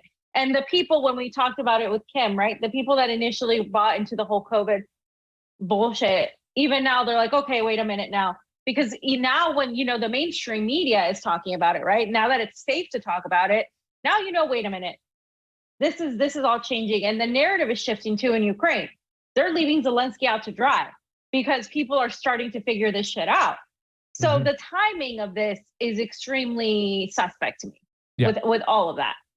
Well, a lot of the things they want to continuously do is make sure that he can't run again, because this election coming up in a couple months will mark 2 years away from the next big election that the Democrats are so scared about, and they're scared about this man coming back. Who knows what elections will look like as we get closer to that 2024 time, but then they know that it's going to be under a microscope. The citizens are going to be watching. So they're trying to, whether it be use the January 6th hearings, whether use this whole raid, try to disqualify Donald Trump, the Don, from running in 2024. Here it is, the whole enchilada. Fan pundits wrongfully claim that I, Donald Trump, that my raid could disqualify me from future office. It can't. It's not allowed. They'll never let it happen. And the radical left will win. Fam, the FBI raid on Mar-a-Lago has unleashed a familiar euphoria among critics who have longed for agents descending upon the president's residence in a criminal operation. One MSNBC pundit declared that day, the day of the orange jumpsuit may finally be at hand, while another simply exclaimed, hallelujah. Yeah. Fam, I was going to look for that the walls are closing in video, because here it is again. The walls are closing in, fam. The walls are closing in. They're going to get Donald Trump. I previously testified in Congress on an earlier seizure of boxes at Mar-a-Lago under the Presidential Records Act, and how criminal prosecutions have been rare under the law. Nevertheless, criminal charges are possible, including under Section 2071, which states that anyone could be prosecuted who willfully and unlawfully conceals, removes, mutilates, obliterates, or destroys any record, proceeding, map, book, paper, document, or other thing filed or disposed, deposited. Is it deposited? Deposited. Yeah, in any public office. That crime, however, requires a showing of not just negligence, but that an act is done voluntarily and intentionally with a specific intent to do something the law forbids. It's almost like the Hillary Clinton situation, right? Like what are her intentions? If she destroyed them, with not intentionally knowing that she's destroying records. I think Wanda Sykes is another one, when she took the records and destroyed them, but had them on a digital thing. And she's going to claim that they didn't intentionally do anything negligent, right? And that's what they have to prove. They have to prove that they intentionally destroyed something, took something, copied something that didn't belong to them. But I think they just want to make sure that if they have any loose ends behind, that they want them collected. You know what I'm saying? They don't want any more ruckus out there, fam. But that's what they're trying to get him on. And they're trying to say that this raid alone is enough to disqualify him from running as president. No, it's not. I don't think it is. And before we jump into the next video, I just want to play devil's advocate for a little bit. Is this really to make Trump look bad? Because all it's doing is elevating his profile. It's the same thing like with what Nina Turner did to Jimmy, calling him a racist in such a ridiculous way just for offering criticism. It's elevating his profile. It's ruining hers.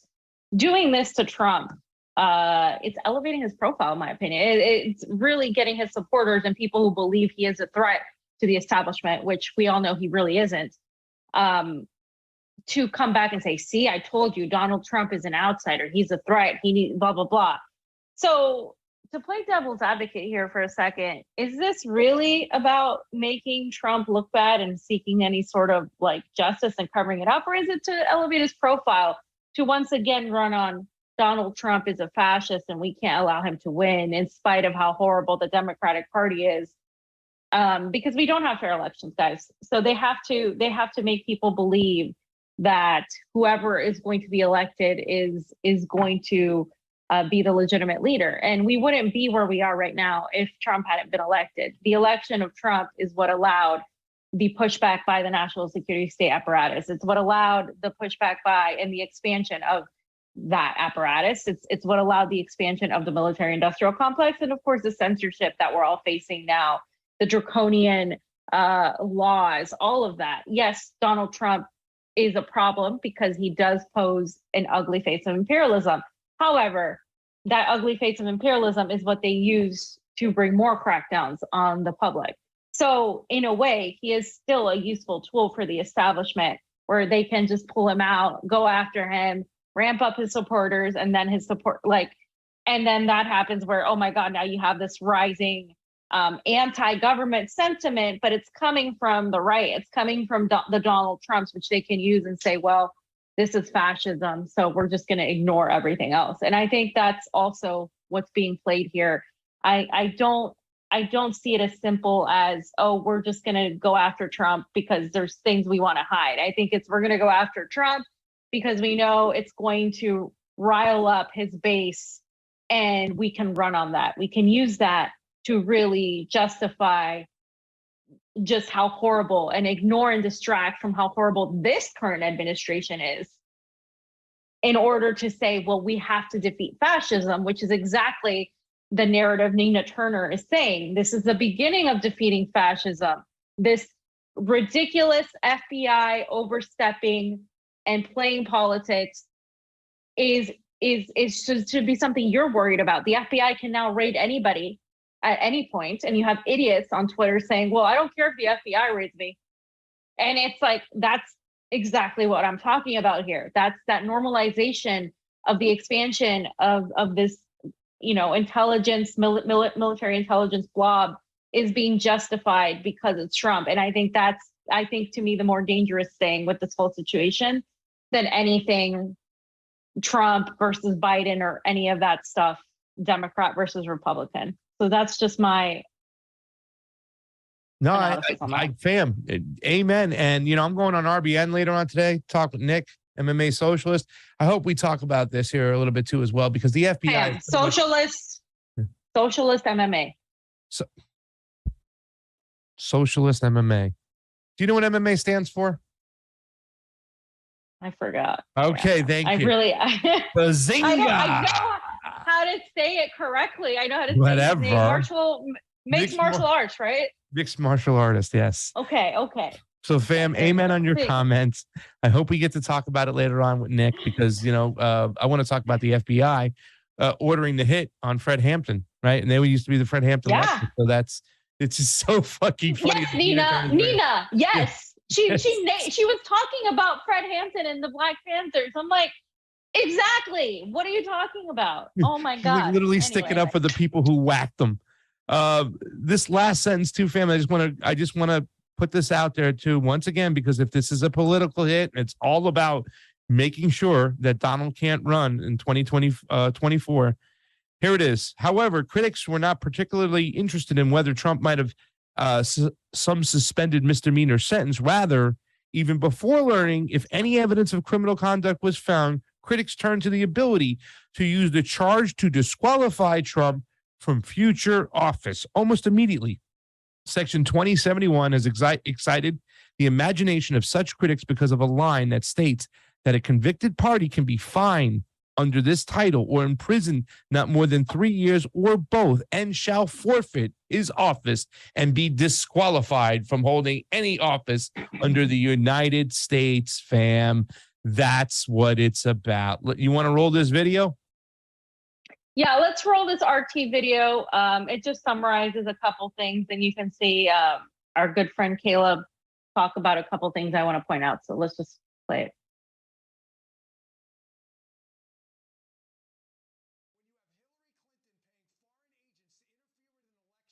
People lying under oath repeatedly. Hunter Biden doing crack on tape. And what happens? Where are the federal agents? You can't imagine this would have ever happened to a Democrat. This is where Americans now begin to ask the question, do we have a dual justice system in America? Is there equal justice under the law?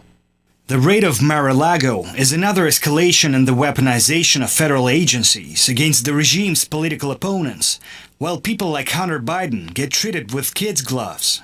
How the regime is getting another 87K IRS agents to wield against its adversaries. Banana Republic. While this was a search warrant that was approved by a judge that was being executed, people are looking on and seeing this as very selective. People are looking at the fact that apparently the reported reason for these raids is somehow that Trump was supposedly misusing classified information. However, we'll recall this scandal involving Hillary Clinton's server, in which all kinds of classified information was put at risk, and she experienced no such raid on her home. People recall Jeffrey Epstein and the allegations about his activities involving minors and prostitution and a sex ring, etc. And how, while he did face prosecution for that, there was no such raid on his home. We did not see a dramatic instance where this billionaire was facing the force of government. And many people are looking at the Hunter Biden scandal, which mainstream media at first dismissed as a conspiracy theory. And then all of the shady dealings that were revealed by Hunter Biden's laptop, showing all kinds of activities the president's son, Joe Biden's son, was engaged in, and saying, where is the justice? You'll recall what CNN's very own Brian Stetler said. What about Hunter? Hunter under federal investigation. Charges could be coming at any time. This is not just a right-wing media story. This is a real problem for the Bidens. Well, what do Hunter Biden, Hillary Clinton, and Jeffrey Epstein have in common? They were all Democrats, and apparently that got them immune from this kind of treatment at the hands of law enforcement. However, people are looking at the situation with Donald Trump and saying this could indeed be politically motivated. People are recalling the recent letter from Senator Grassley regarding the FBI and how the FBI disregarded the revelations of Hunter Biden's laptop, even though they turned out to be credible. Concerns that I have raised for many years about political considerations infecting the decision-making process at the Justice Department and FBI. If these allegations are true and accurate, the Justice Department and FBI are, and have been, institutionally corrupted to their very core, to the point in which the United States Congress and the American people will have no confidence in the equal application of the law. While there is questions being raised, it appears that this was politically motivated. We're hearing from Donald Trump, who says that the motivation was the fact that he is going to most likely, and it appears there's many indicators that he's going to run for president. And this is intended to prevent him from running for president against Biden in 2024. And Donald Trump sees this as politically motivated, aimed at keeping him from returning to the White House. Many see this as fitting an ongoing pattern of the partisan actions of U.S. law enforcement at the federal level. Okay, so I want to point out a couple things. I think that was Hannity or one of these right-wingers, right?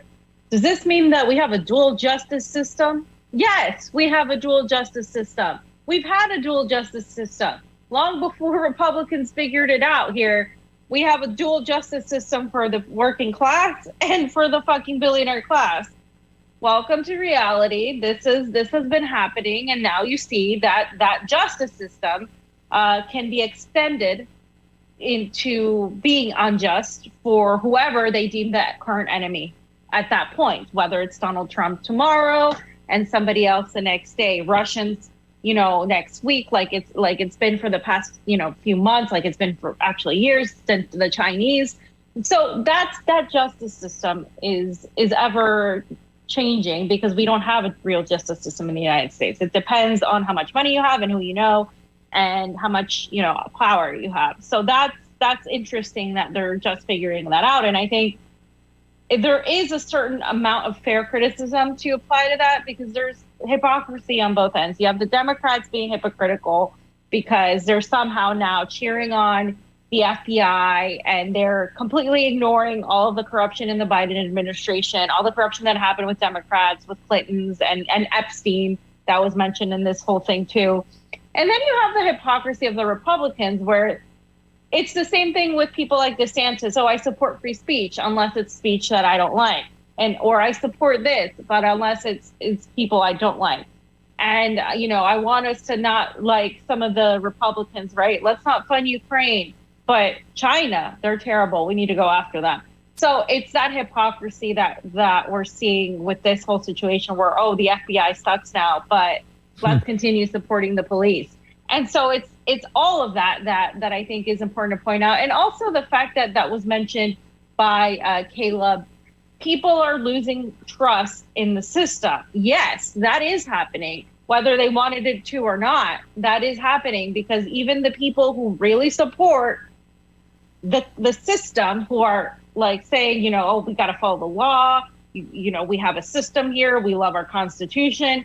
Those people are watching this happen and they're like, wait a minute, this doesn't seem fair. This seems like you're swaying things, like you have a political calculation you're trying to do. And they're losing those people. They're losing people who are pro-establishment at this point. And we kind of talked about this with Kim the other day, right? Like the establishment is no longer becoming for long the popular narrative.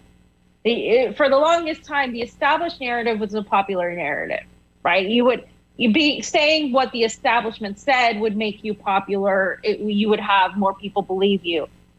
That is no longer the case. And the only reason it seems like there's still power to it is because they use every mechanism to censor all of us in independent media. They smear us, they censor us, they shut us down.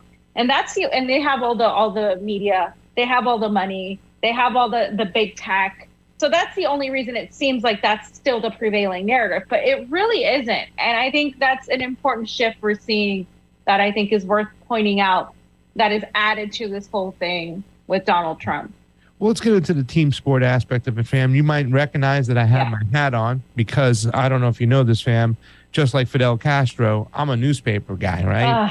And newspaper guys go over to newspaper because they want to understand the propaganda and how it's coming at them. Hey, fam. Yes, fam. Petition to have Pasta play Fidel Castro over James Franco. I can do a better part. So, or Batista over Zach Galifianakis. But fam, I put down this, how does the government, we can put it up now.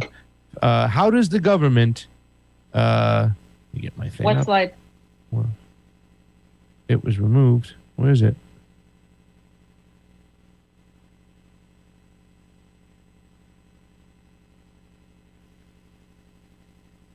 Here it is. Just came back in. How does the media and the government manufacture, then keep you consumed with this distraction? Very carefully, fam.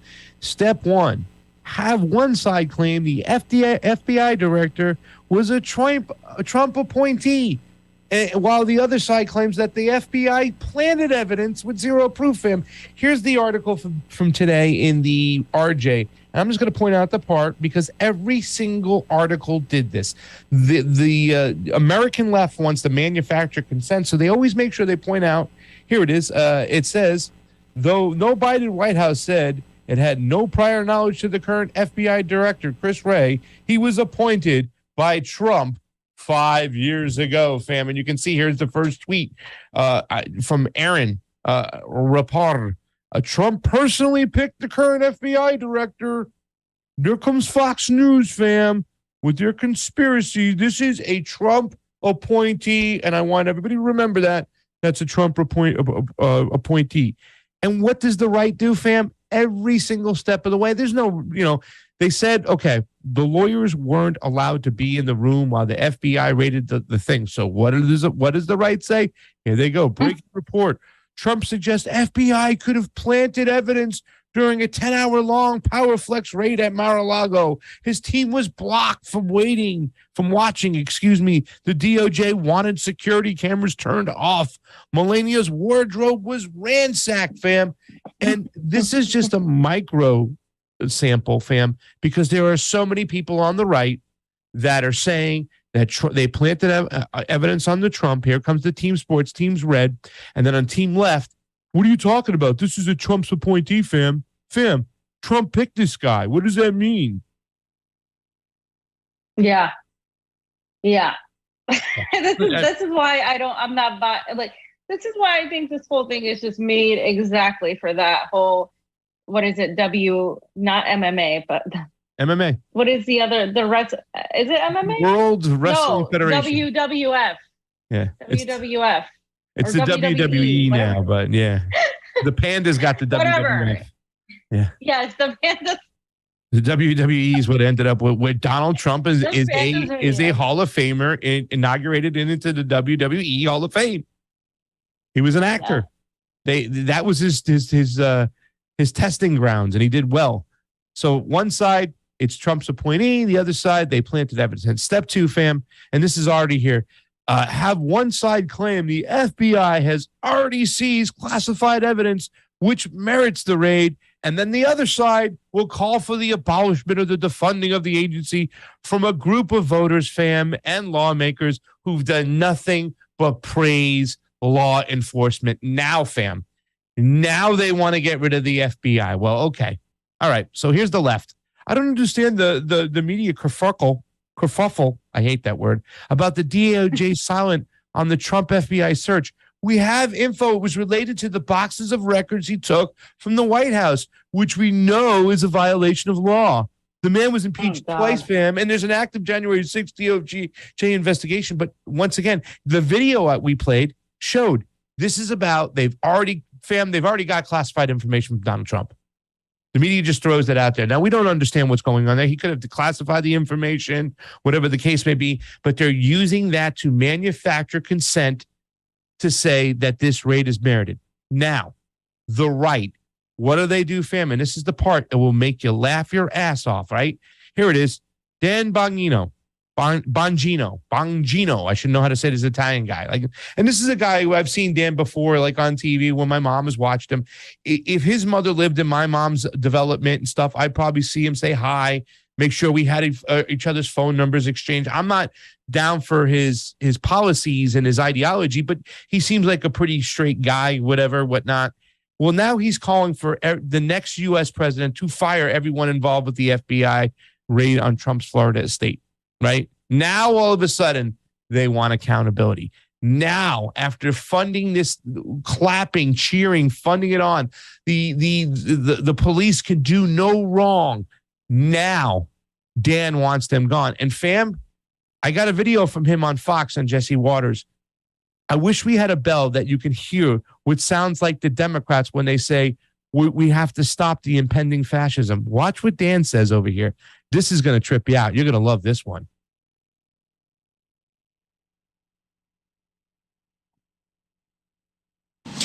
Let's go to Dan Bongino, the host of Unfiltered on Saturday nights. Dan, your quick emotional reaction. I think everyone's a little emotional here about this raid.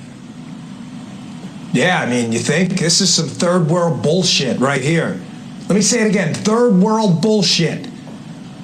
I mean every word of that. I don't care that it's cable news. I was a federal agent. I raised my right hand. And I swore to protect and defend the Constitution of the United States. And I love this country. This is a freaking disgrace. A disgrace. We don't live in Cuba. We don't live under Kim Jong-un. We live in a constitutional republic, a representative democracy. You have a bunch of FBI agents raiding the home of a former president because they don't like his politics? Are you kidding me? You've spent this whole show, Jesse, and I've spent my entire time either on Fox or on my podcast exposing the left for claiming Russia interfered in an election as Hillary Clinton paid off a bunch of foreign agents, her team literally, to fabricate a story that occupied the nation for 4 years. What's she doing right now? Getting a manicure in freaking Chappaqua. She's not doing squat. Nothing. Hunter Biden is having sex on tape while doing crack. And what is he doing? He's living in a Malibu mansion. And yet the president, the former president, who, whether you agree with him or not on his claims about the election, whether you agree or not, we still live in a country where you are allowed to challenge an election. There's even a process, the ECA, the Electoral Count Act. You may not like it, but it's a process. How do I know it's a process? Because some people are trying to reform it. You may not like it, but now you send the FBI. Let me tell you something. I have paid due deference to the FBI for a long time, and a lot of listeners didn't like it because I work with some very good people over there who have since retired. The management of the FBI has now shredded any single sliver of credibility this agency had left.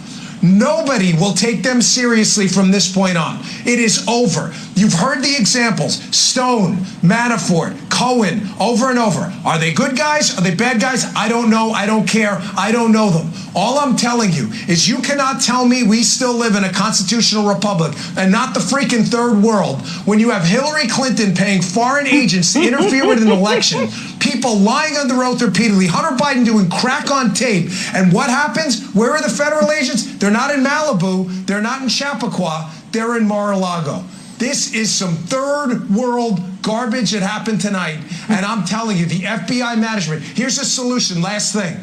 We have now got to win in 2022. You have no choice now, folks. Oh, we don't like the swampy Republicans. I don't like them either. Republicans may not be the solution to your problems, but Democrats are certainly the cause of all your problems right now.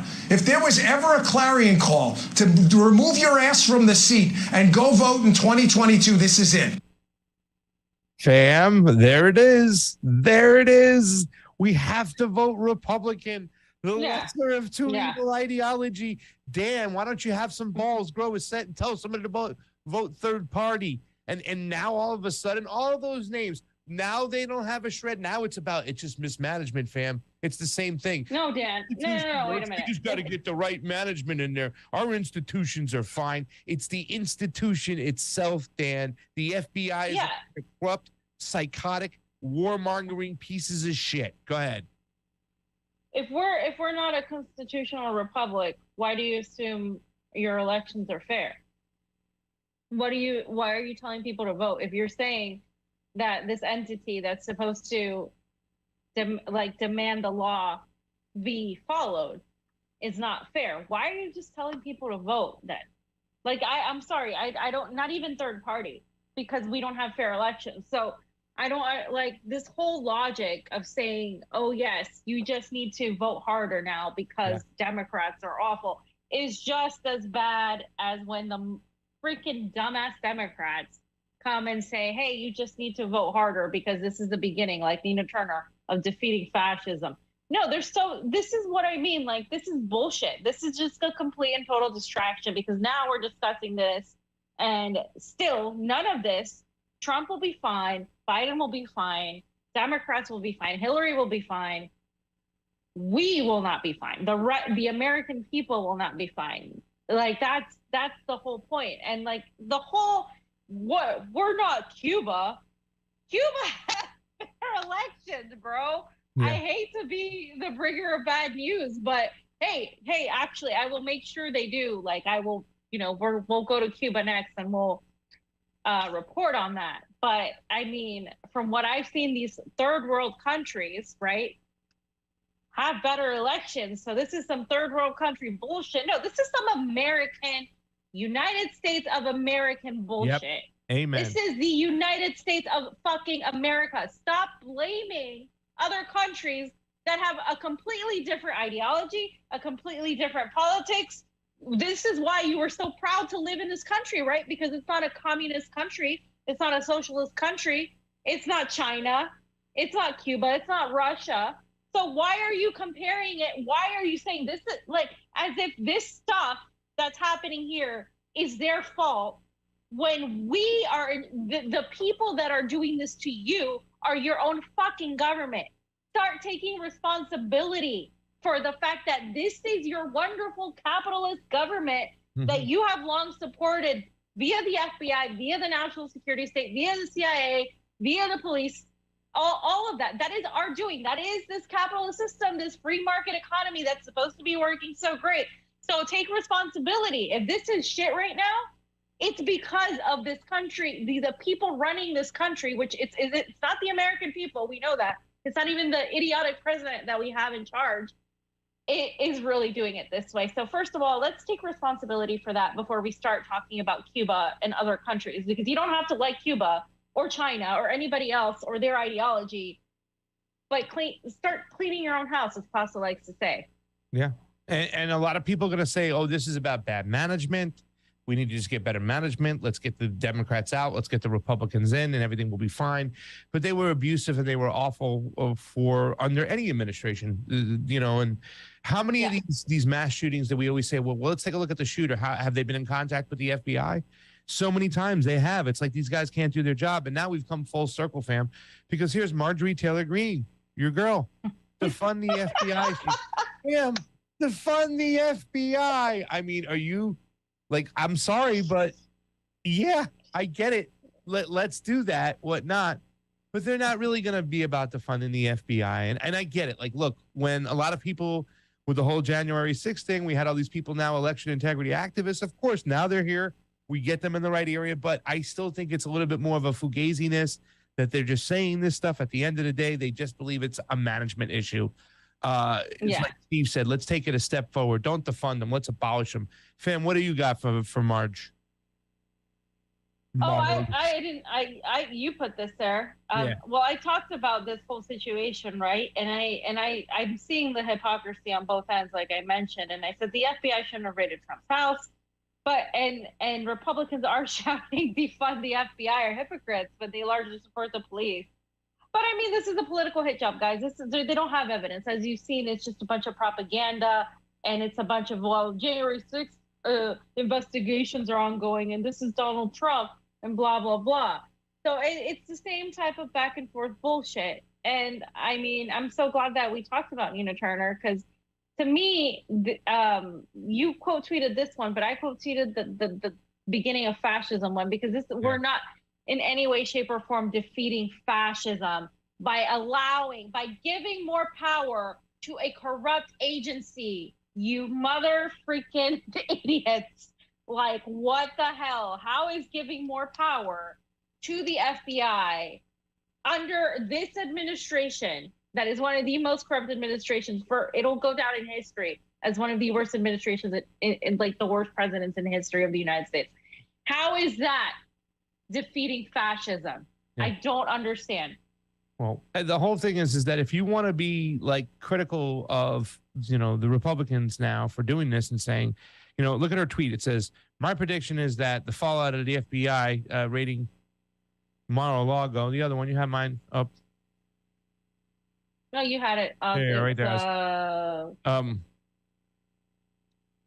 The fallout of the FBI raiding Mar-a-Lago is that we're probably going to see a bunch of MAGA Republicans call to abolish the FBI. Well, a bunch of the MAGA people are the majority of the Republican Party. So stop trying to separate them. Like the Lincoln Project did some fucking good work, and there's this whole bunch of Republicans. I wish the Republicans would just be Republicans again, fam. Remember that whole thing with freaking Nancy Pelosi? No, you just wish they were a bunch of establishment hacks that didn't push back against you and cause you so much. We need a stronger Republican Party. Yeah, and I asked, I said, so are you endorsing the FBI? Because at the end of the day, it should have been like, oh, all right, now you guys want to come and you want to yell at the FBI. Well, it's about time. I'm glad it just took for your boy getting busted before you opened your eyes. But they're not. These people, and especially the establishment of the Democratic Party, AOC, the squad, they go on mainstream media all the time. They're part of the whole system. They're part of this whole thing. And on these mainstream media channels like MSNBC, they have ex-spooks all the time. Clapper, Brennan, whatnot. You guys are pro-security state.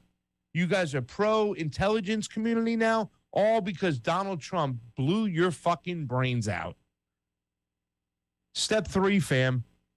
Have one side always, fam, and I mean always bring it back to January 6th. And then the other side, well, you know the drill, fam. This is communism. So here. You need to write this one out, fam. You need to tweet this one out because that one's good. The 3 steps are very good. I will get that. Number 3 right here.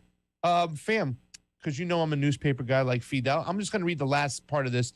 From the echoes of Watergate to the more immediate House probe on January 6th, Donald Trump's thing got raided. It's like they got to always mention January 6th and this whole situation. At the end of the day, fam, it's about sedition. It's about them being awful. And here it is in The Guardian, too, as well. Democrats who have pushed for the department to bring criminal charges against the former president for his role in January 6th attack on the U.S. Capitol welcomed the raid. And that was from The Guardian. It is horrible. It's a horrible precedent for the Department of Justice to investigate a former president of the United States, said Congressman Ted Lieu, a Democrat from California. Oh, God. Who was a manager during Trump's second impeachment trial. So they gave you a double doozy on this one, fam. They had to mention his impeachment, which meant nothing for the phone call to Zelensky, right? Right? The only worst president would be for the Justice Department to not investigate because the person happens to be a former president. No one is above the law. And this is a guy standing up for the Hillary Clinton party over there, fam. And, of course, we got to show the idiocracy of the right to Marjorie Taylor Greene. Save America, fam. Stop communism. Impeach Joe Biden. Can you please explain to the audience out there, fam, that Joe Biden is not nearly near a communism? Because it's very important, because hear this at the end of the day with all these people complaining, even my new libertarian friends out there, dude, like this, we live in a capitalist system. Joe Biden is a capitalist. So if you're going to sit there and argue about systems, you have a system that's in play right now that has bought up everything, that has lobbyists and lobbied the freaking country dry because we have no more money. We have no assets, no nothing, the middle class. Everybody's working for low ass fucking wages and shit like that. So if it's going to be about communism, why don't you explain your way out of capitalism that has almost 200,000 homeless people on the streets? Oh, I can't. This is fucking hilarious. Save America, stop communism, impeach Joe Biden. Joe Biden, a communist. Marjorie, I wish, honey. I wish. He's not. He's a Republican. He's like a neocon Republican.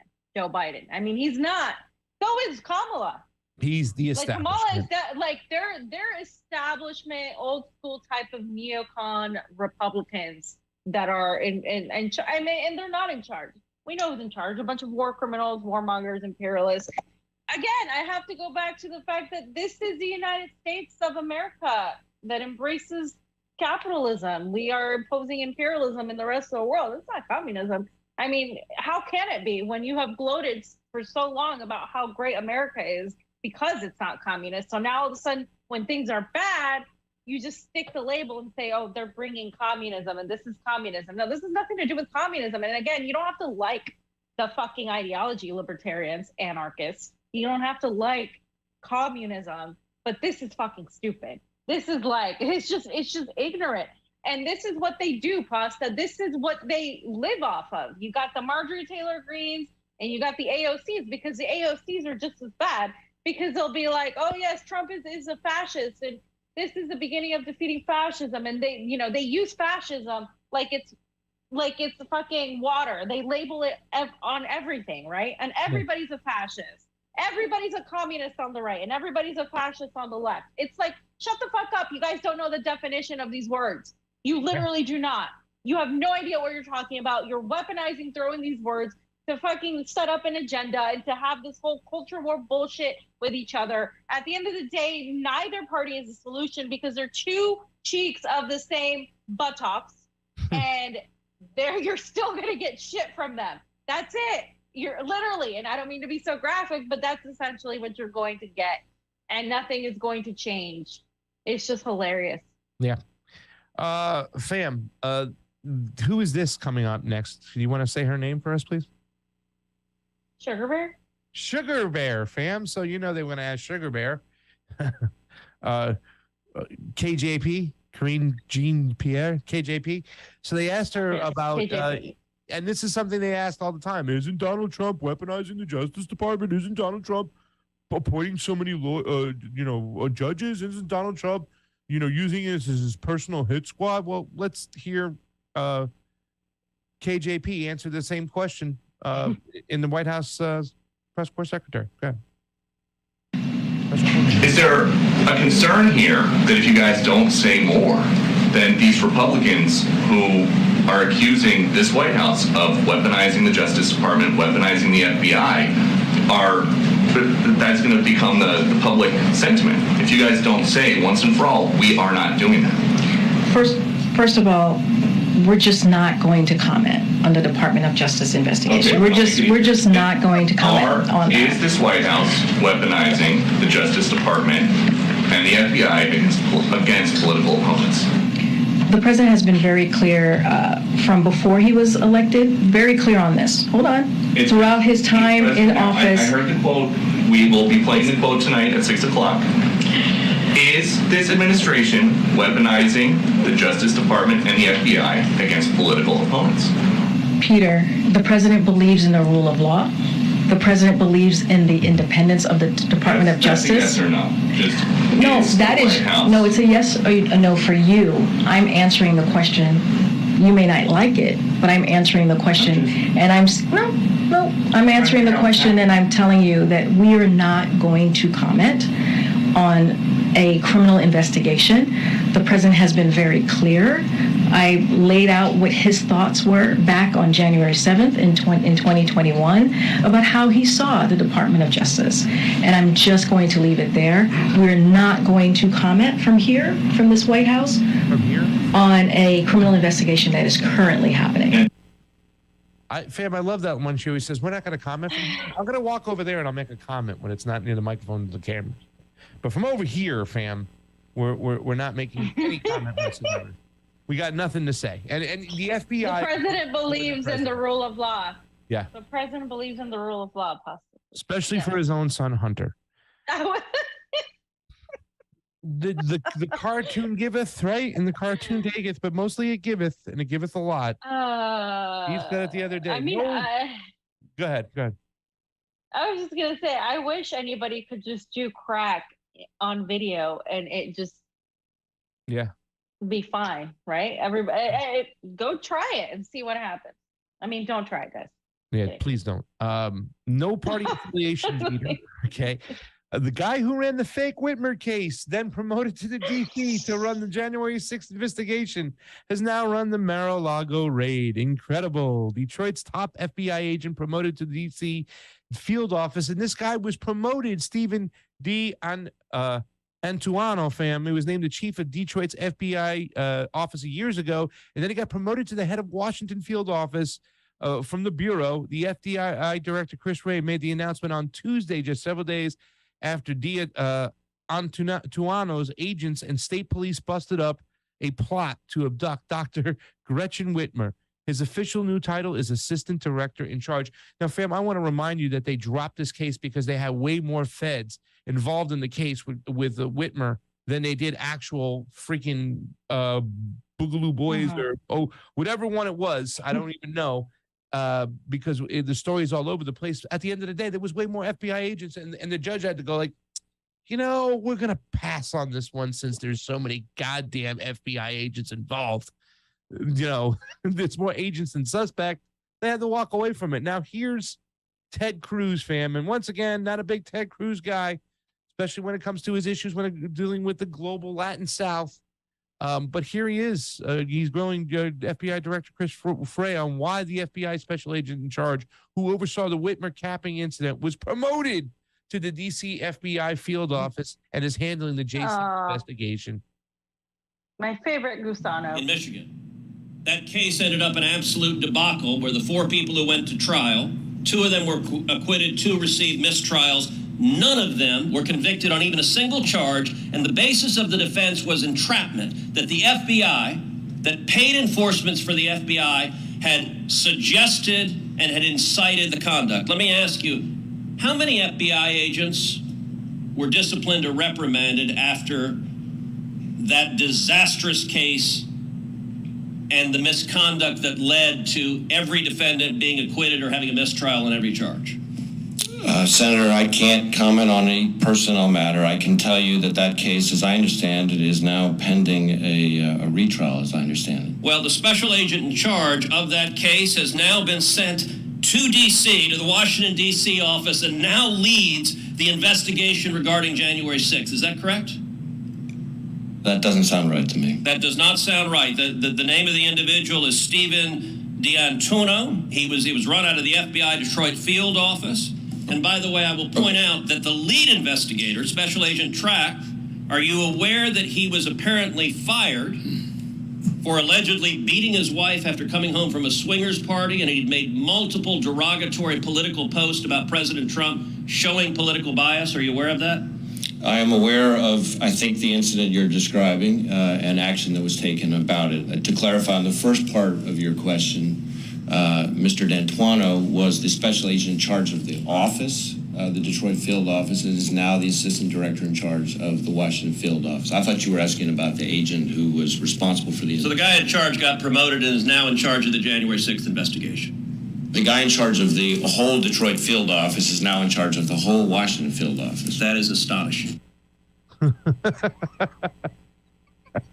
Technically, fam, no. The guy in charge of the whole Detroit, we gave him all of D.C., but it's got nothing to do, even though he was kind of the head of what that case went out. One person got convicted of, not one person got sent to jail over that freaking phony case where the news just ran with it. They just ran with it, right? And how many people with the whole anti-Boogaloo boy mentality because of that? And it was all a fugazi, fam. It was all a fake. And this guy got promoted. Why? Because he got promoted for doing his job what he was told to do behind closed doors, not what's told to the public. That's why, fam. Because this whole thing is a bunch of malarkey. No pun intended. Man, I can't. Fam, let's read some Super Rays. We'll get you out of here. We know you're working hard over there. We've been seeing. If you haven't seen Fiorella, go over to Rumble. Go over to Odyssey. I watch it on Rumble, and this is what I'm talking. YouTube, you're a bunch of snakes. RT Live on YouTube, we used to have about 400 or 500 people every single time, all the time. Now, I used to know this. I would watch it on a regular basis.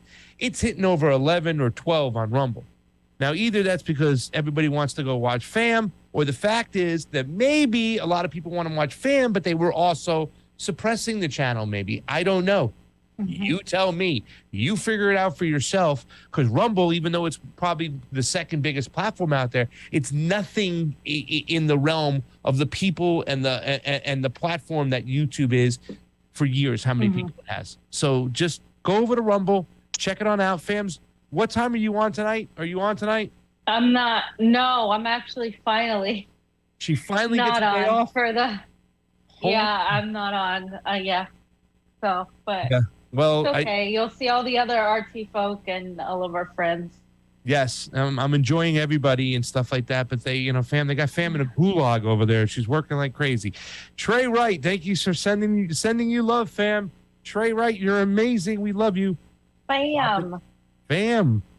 Rob McMurtry, thank you for the super air contribution, fam. And just always appreciate it on the couch. John Kemper, keep up your great work, fam. We love you. We love you too, John. Thank you so much. Denver Attaway, thanks, Pasta and Feet. Thank you, Denver Attaway. Thank you for always joining in the morning. It's always great to see you there. And then Arem, we love you, Arem. You're amazing. Jimmy Dore needs to keep his violence from disempowering the real left. What does that mean, fam? I don't know. He needs to keep his violence from disempowering the real left? It's violence. I don't know if he's being sarcastic or what's going on. Hey, Rem, maybe if you want to give a little clarity, we're always up to that. Study the history of Dan Bongino. Pasta